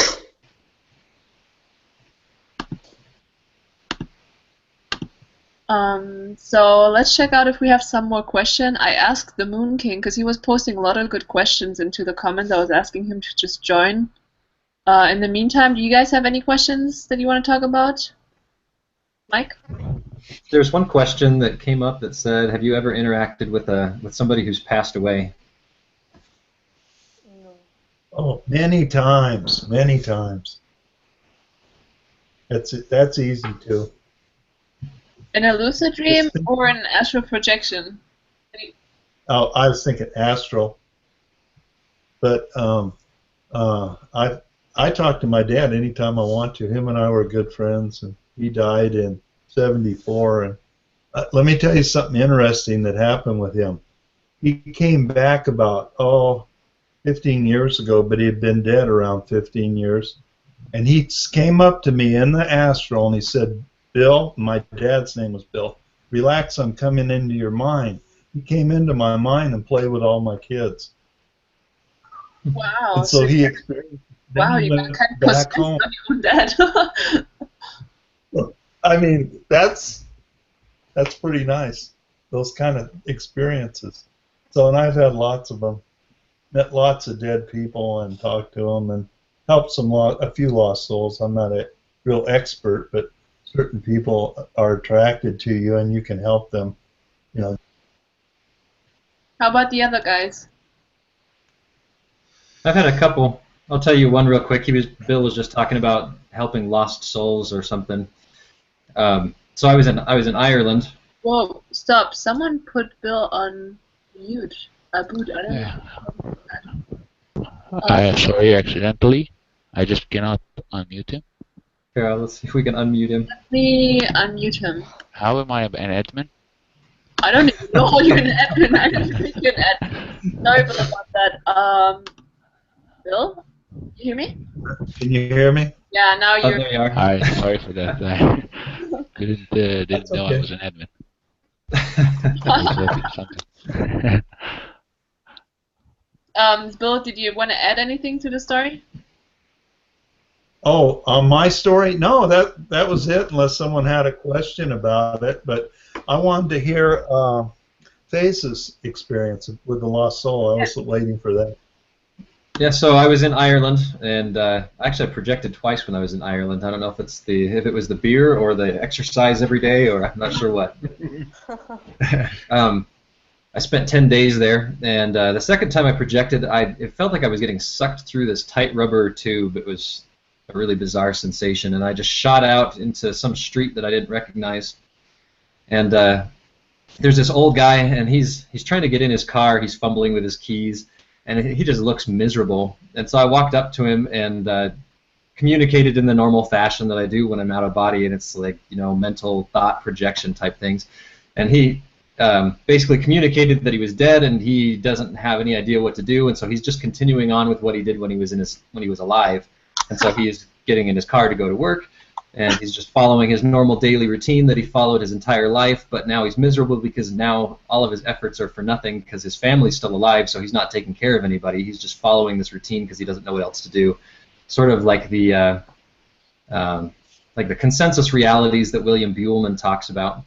And so I tried to project into his head all of these different ideas and said, this could be incredible. This could be the most amazing experience ever. You don't have to keep on doing what you've always done. You could fly, and I projected thoughts of us flying together up in the sky, and I said you could travel, and then I projected thoughts of us going and traveling to different locations together, and at some point I thought I almost had him convinced that he really could make more of this situation than he was, but then I started getting sucked backwards, like up into the sky, and so I'm looking down, kind of diagonally down at him, and I'm yelling to him as I get sucked further and further away. I'm yelling, "I'm going to come back and I'm going to check on you."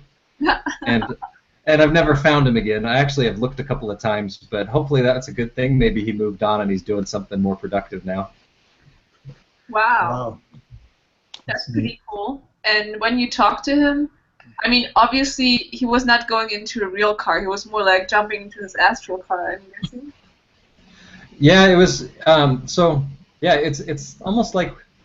So when you're in a projection, I have never had any interaction with the physical world that I can verify as real physical world interaction, but it's like there's a duplicate of everything that there is in the real world. So when you're walking around your room, you see all the same stuff, and maybe something's a little different, and maybe there might be things that are there that aren't there in real life, but there's still cars on the streets, and there's still things to interact with that are in that plane of existence, I guess, for lack of a better term.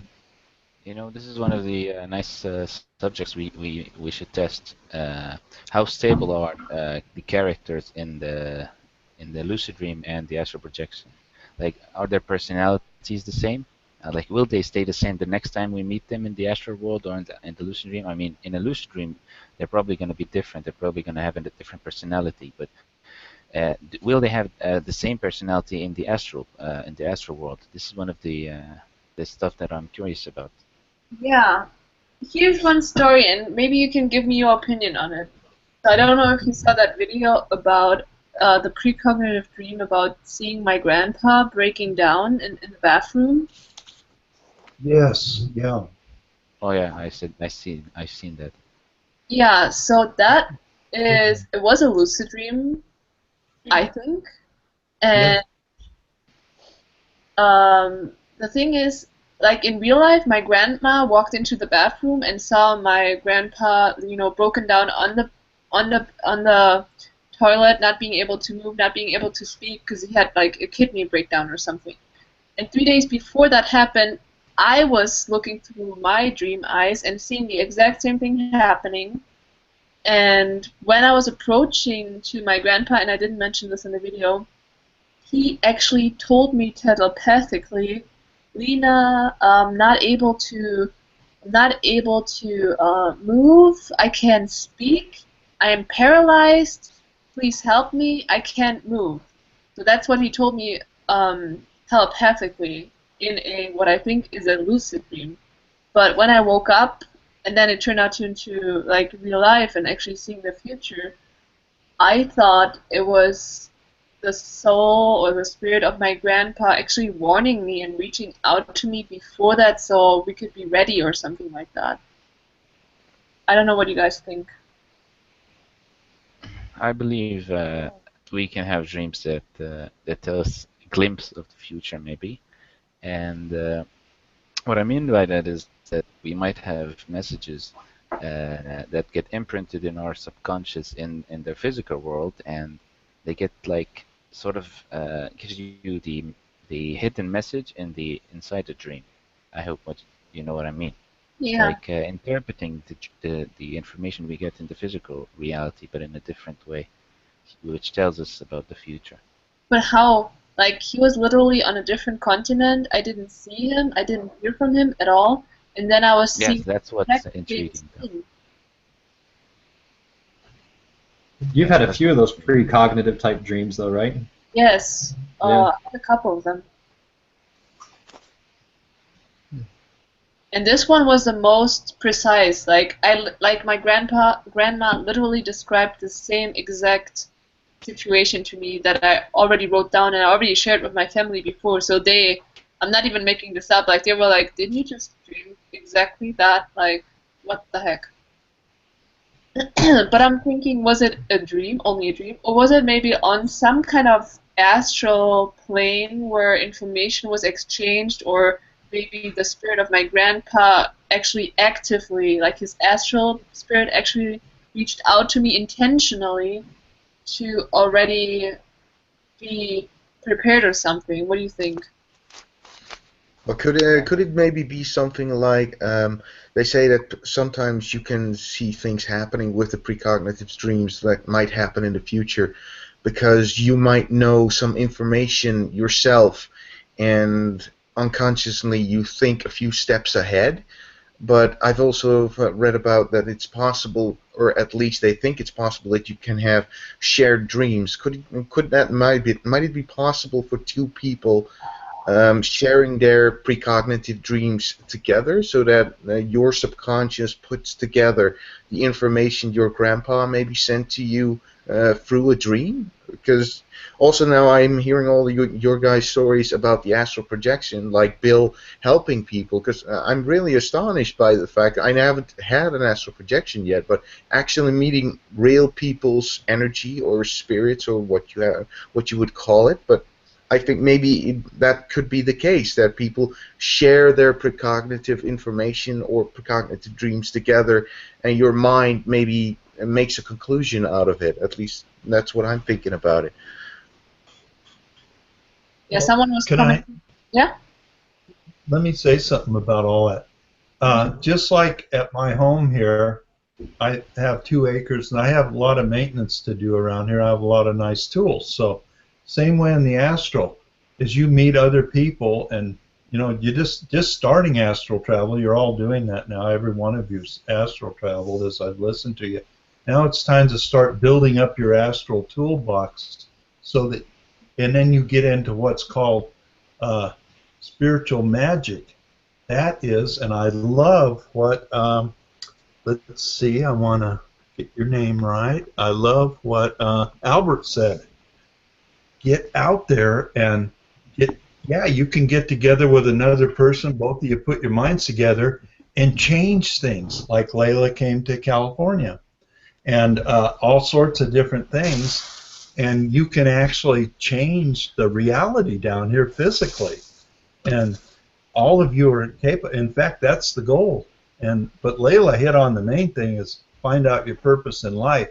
Then the gifts start flowing in because you're connecting with what our Creator has put you down here to do. And part of that is to advance spiritually. So hopefully you can, if you want to go far enough, you won't have to incarnate here anymore. Or when you incarnate again, you'll have a lot of good tools and you'll have a great time the next time you're down here. And by the way, you can change everything down here and have a great time. You can end anything causing you problems. And all that is done through astral travel. But that's where I really got excited meeting Layla, is this lucid dreaming is really powerful. I mean, you can really change things. It's way more powerful than astral travel. Wow, that's surprising me. Yeah, I always think like lucid dreaming is like one step before astral projection, actually. In terms of it's its own animal, and you can change things, and you do right in the dream. You can hop right in there and change. I know in lucid dreaming you can change. You're not going to do that in the astral. You won't do that in the astral. You won't go out and start changing things around. But in the lucid dream, you can. And for example, when I retired, I became a spring coordinator. We have the Mojave Desert, and I went out and we cleaned the springs where there's 25 herds of bighorn sheep. We cleaned the springs. Well, there's a rattlesnake out there called the Mojave Green, and he's the most deadly poisonous snake in America. And I had 3 dreams in a row where I walked around giant rattlesnakes, and in my mind, in the dream, I got bit a couple of times, but by the end of the 3rd dream, I learned how to walk around those snakes and send them thoughts, I'm not harming you, I'm just passing through. And you know, the whole time out there, 6 years, I only saw rattlesnakes twice, and a lot of people go out there and they see them all over, and they never bothered me. But that was a result of lucid dreaming. But at the time, I didn't know it was lucid dreaming. One guy commented in the about the question that we had. He commented, it's probably about the grandpa dream. It's probably a layer 5 of a lucid dream where you can interact with spirits. I mean, I've never heard about that. That's an interesting theory when you think about that. And with my dad, it was completely lucid in 3D color and everything. And he always would pull a little trick. He'd say, "Look over there," and the dream would end. Because it's hard for people on the other side, if they're up in the paradise, to pull their energy together and come down and see you because they're having such a good time. And he would always pull a little trick and end the dream. I've had 3 or 4 really powerful dreams with him. But I can communicate with him anytime I want, send him thoughts. That's real easy to do, telepathy. You just don't see them. But you can send them a thought and bring it back. But all of that is part, and of course, one thing I didn't emphasize, and Layla has touched on it, is by all means, very cautiously get into Kundalini Yoga, learn to raise your energy up to your 3rd eye and crown chakra, and just forget the rest of your body, because then you can, all those powerful gifts come in, start working with all that energy up there. You moved it up. If you're down like in your lower chakra, everybody knows someone who's really stuck there is usually some pervert hitting on women or stuff, because they're stuck down in there and all that sexual, instead of raising it up into the higher parts of your mind and going for other things. Mike, did you ever change anything in the astral? Absolutely have. Actually, so I was surprised to hear Bill say that you can't do that, because myself, I manifest things in the astral all the time, and I know several others that I communicate through with them in my channel, and they'll do everything from manifest things, you know, objects, weapons, things like that to fight off dark entities, to manifesting. I've manifested weather, changed the weather in the astral by thinking about it, lit things on fire just by thinking about it. Oh, I think you meant something else. I think it was more like, so I know that you think, or you experience that you can manifest things in the astral, which I can only do in a lucid dream, but also I didn't have real, lots of conscious astral projections. But the question was, in a lucid dream, you can, since you're in your subconscious mind, you can actually change the real world by, asking, for example, what is Oh, okay. getting the answer and taking that and really doing something. Or, for example, I was able to heal like warts on my finger, literally in a lucid dream, like telling my subconscious mind to send energy, like, or blood or vitamins to that point, and it literally healed off within a few days, where it took me forever to treat it with no result in the physical. I see what you're saying. Yeah, I misunderstood. So I don't think I've ever had. Go ahead, Bill. You're totally right.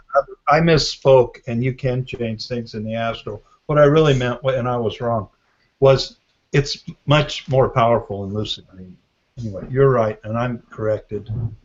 Okay, so what do you Go ahead. I was just going to say I've never done any sort of healing or things like that in the astral or in lucid dreams, for instance. So I can't really make a comparison between the two. I've watched your videos about the healing aspect of it, and I've actually read some accounts in books as well that talk about doing the same kind of thing. So definitely seems like there's potential there, but it's not something I've ever done. Or anything that you like do in the astral and you literally change the physical. Like I read about crazy experiences of people who got beaten up in the astral and they had literally blue spots on their skin, which is kind of scary.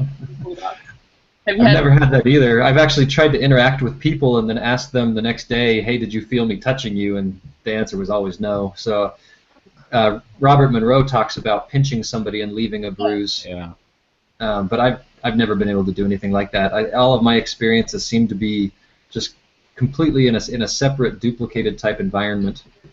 Same. Okay. Any other questions?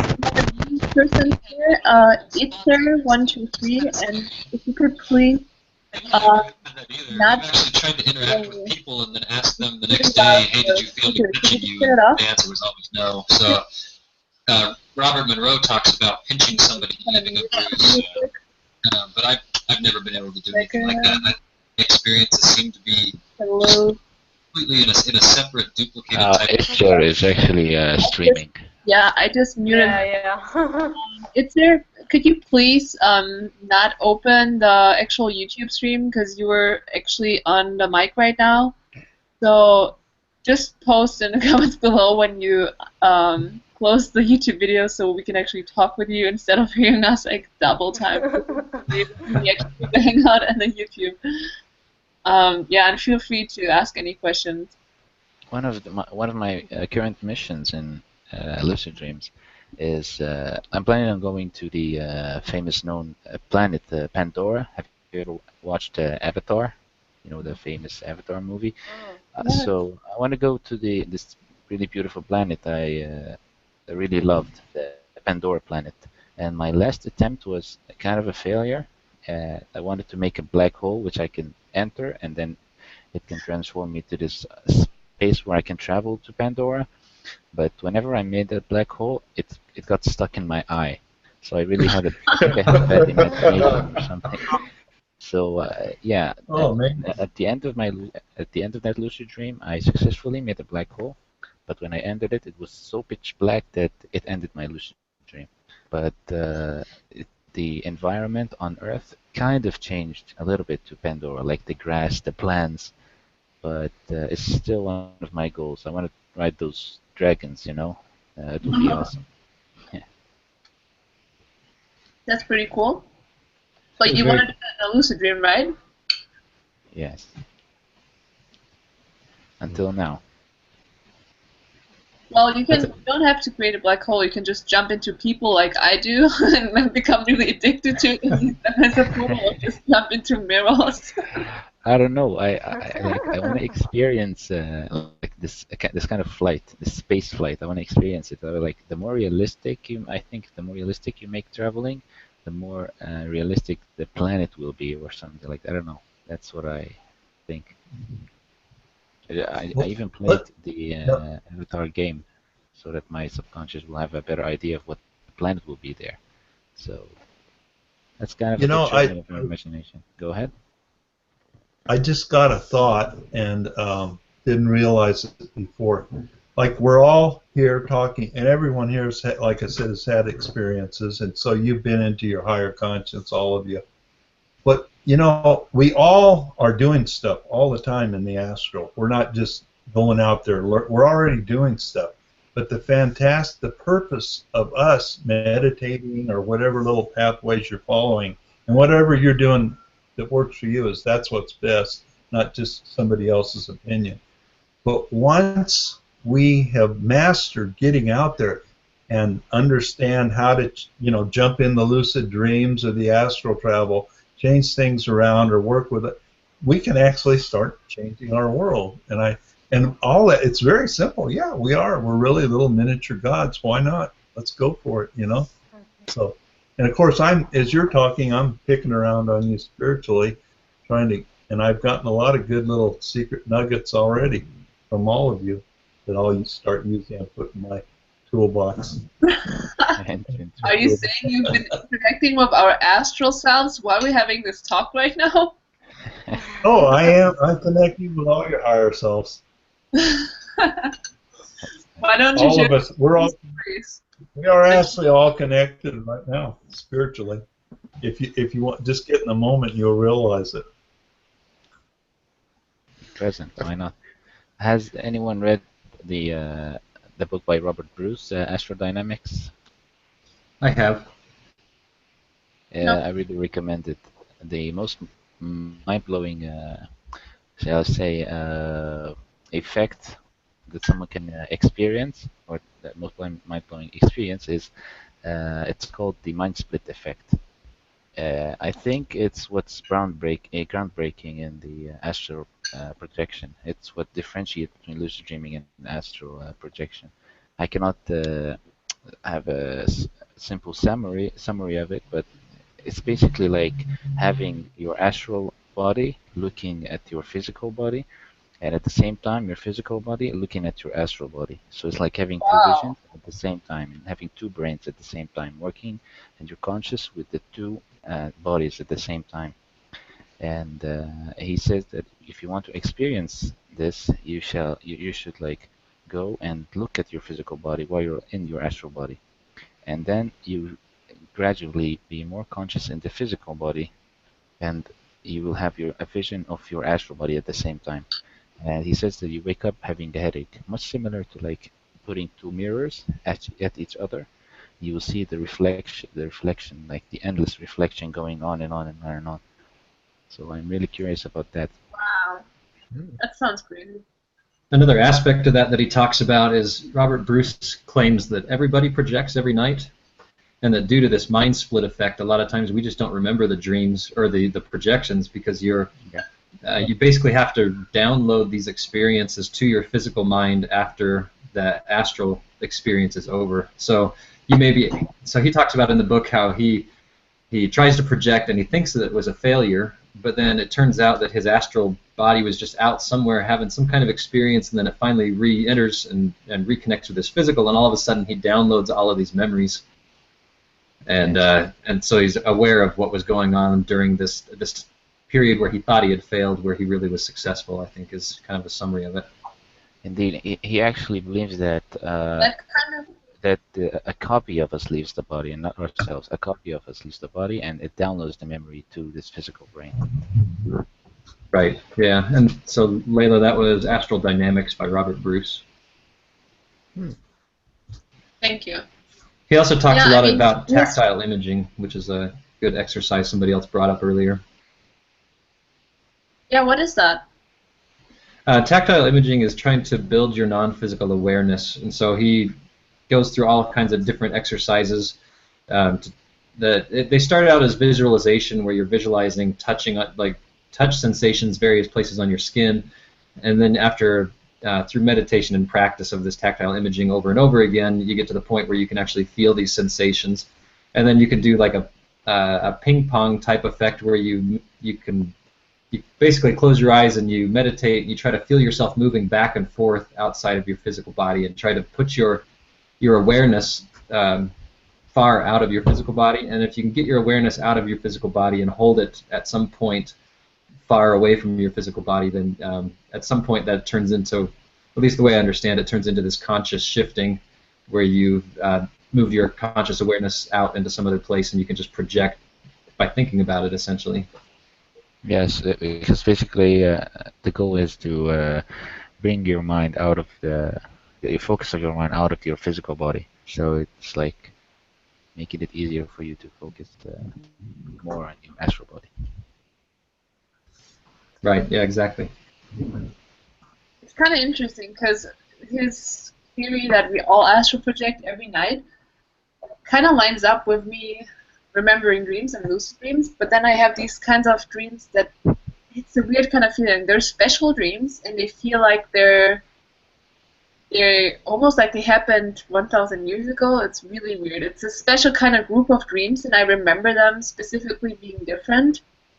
And those are the dreams where I literally go to places that I revisit and revisit, where I check up on people. I know where they live, and I come back there, and they tell me, "Oh yeah, now this and this happened," or "I lost my job and stuff." But it's a weird world. Like it's not like on Earth. There's more like villages, and it looks a little bit like Italy, and they're all on little islands and stuff.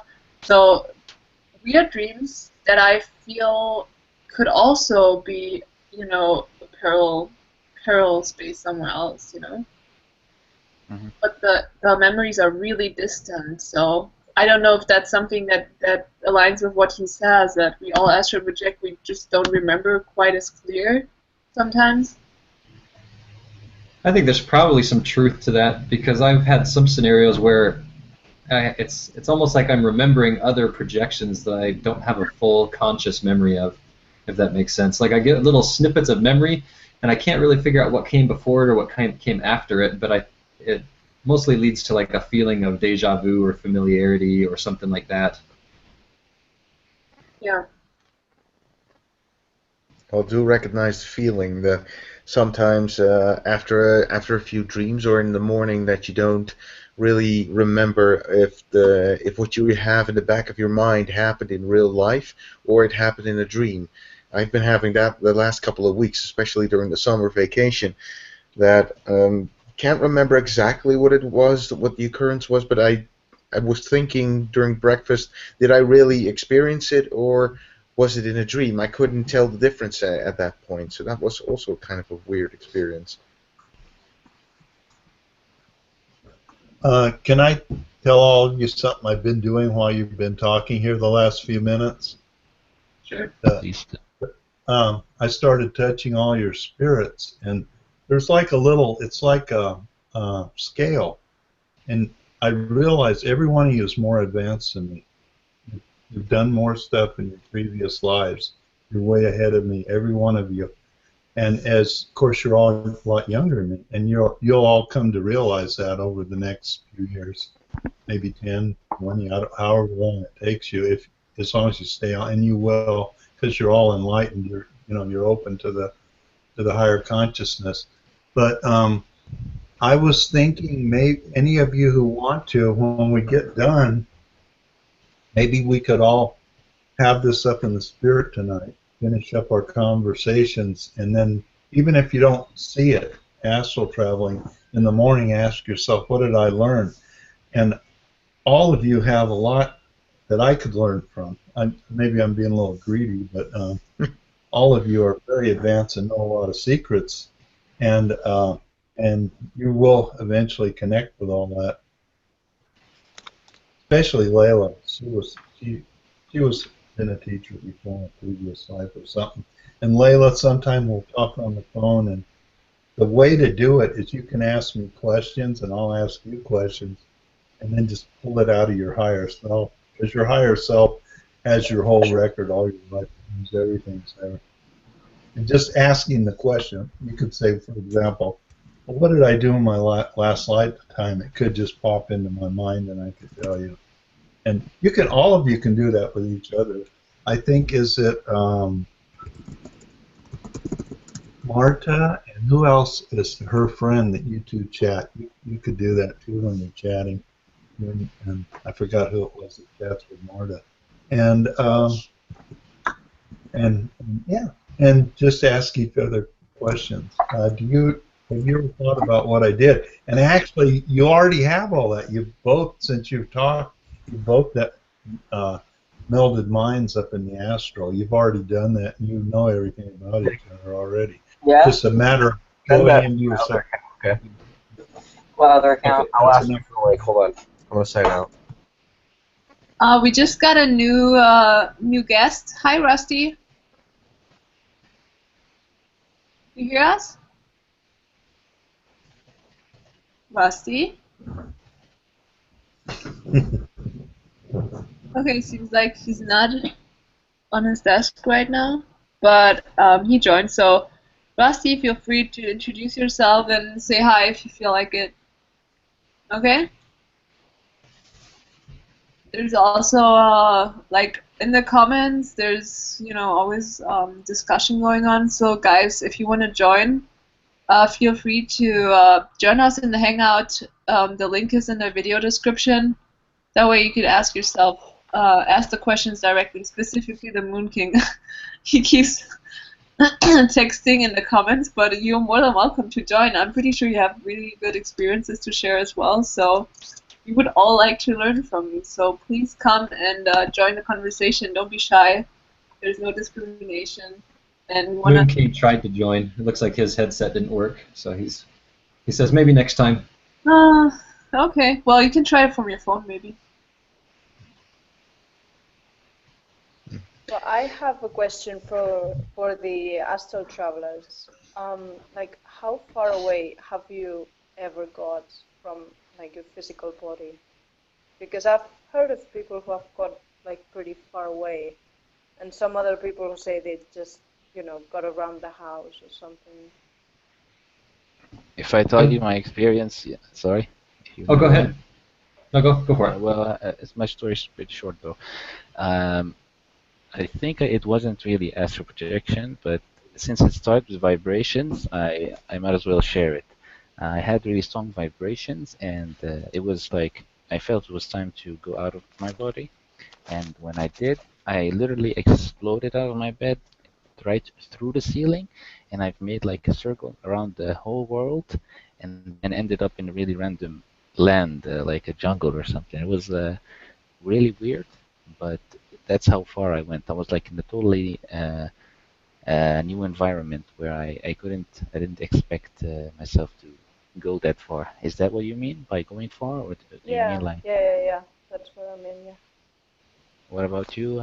Well, for example, if you go out and look at the night sky and you see stars way out there, they might be 100 light years from here, and that you could never do that as a human being.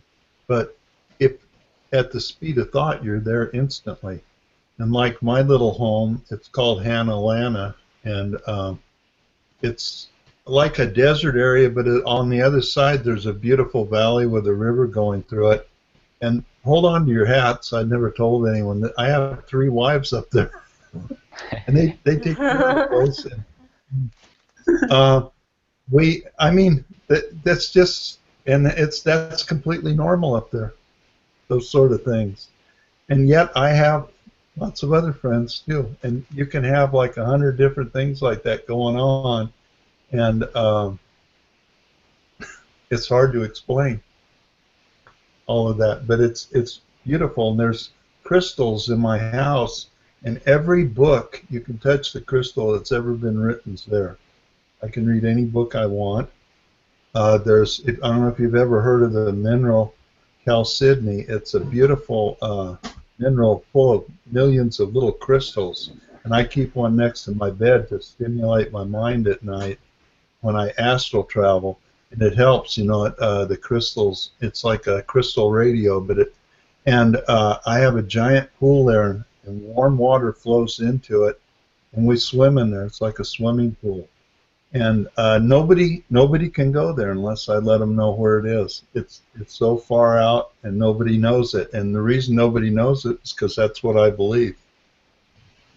Of course, the Creator knows, nobody else. And you can just do all those sorts of things. Of course, some of you now, Layla's smiling. She's probably going there right now since I said it. Yeah, she's astral. your higher self was already gone then. I've Where I been live. there mentally because you talked about it, and obviously I kind of Yeah, visualized. now you just traveled. I was in that. You just traveled. So see, that's we're all starting to really get up in the spirit now and doing things. Layla just went there and touched it. So yeah, maybe Layla could talk about one of her places, and we'll all go there right now. I think Mike would Or be someone else. Astral, actually. I've made it all the way to New York. I tried to go to Oh. I tried to go to another planet before. So actually 2 instances. I wanted to go out into space and try to explore other planets. And so I get flying, and both times I get right to the point where the sky starts to shift from blue to black, and I'm going through the atmosphere, and I just lose momentum, and then I just fall, and I just can't seem to break through the atmosphere. And I don't know if that's a mental thing or if I just need to teleport and just forget about physical modes of transportation. But as far as not straight up, I think the furthest I've gone is New York. Wow. Well, that's astral travel down here, but you can go anywhere you want in an instant at the speed of thought. There's no time. You're just there. The minute you think about it, you're there. Once you learn how to do that, astral traveling. That takes some practice, Anywhere believe it or not. I'm actually working on that. I've done it so long, it just happens. I used to hear feel the vibrations. I don't have any of that anymore. I just go. You know, there was a point where I was talking on my channel saying that I was having a hard time learning to teleport, and one of the people chimed in and said, you know, you should start with short distances, see something off into the distance, and then just think yourself there, rather than trying to start with something really, really far away like Egypt or something. And that made a huge difference. I spent the next several outings looking off in the distance, and I see something way out there, kind of close your eyes and just think yourself there. You open your eyes and you're there. So just being able to see things off in the distance has been, it was a good tip for me, at least as far as practice. Whoa, what just happened? Are you guys still in the... He just got dropped off. Are you guys still there? Hello? I don't hear you anymore. What the heck just happened?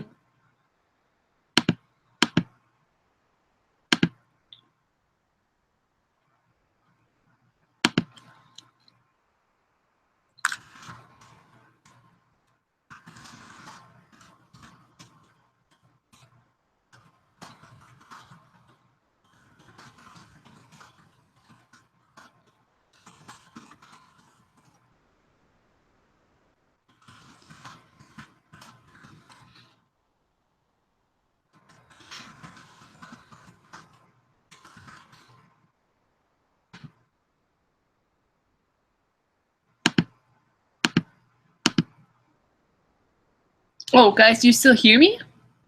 Do you guys still hear me? It seems like I'm still online. Yeah, there was a person who joined in the Hangout, and the name was Hangout police, and then it seems like everyone got kicked out, and that's it.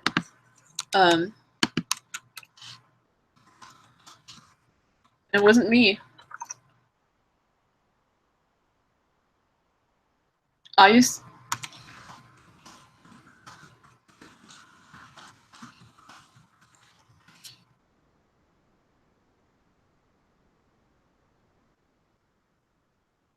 Okay, so you guys.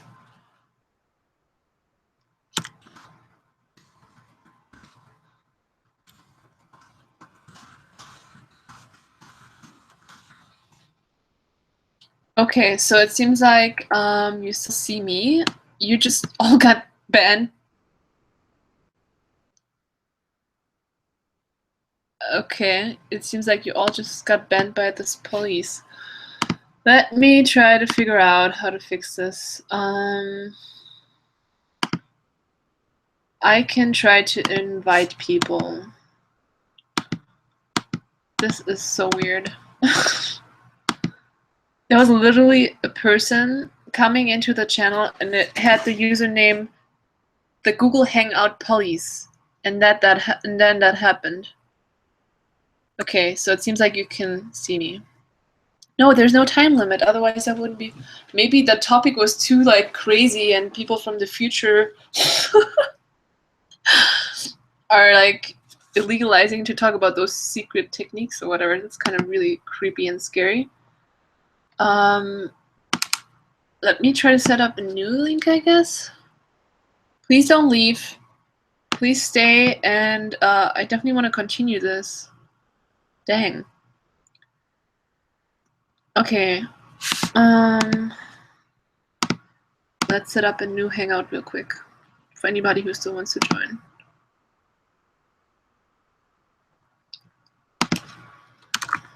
I'm just setting it up right now, and then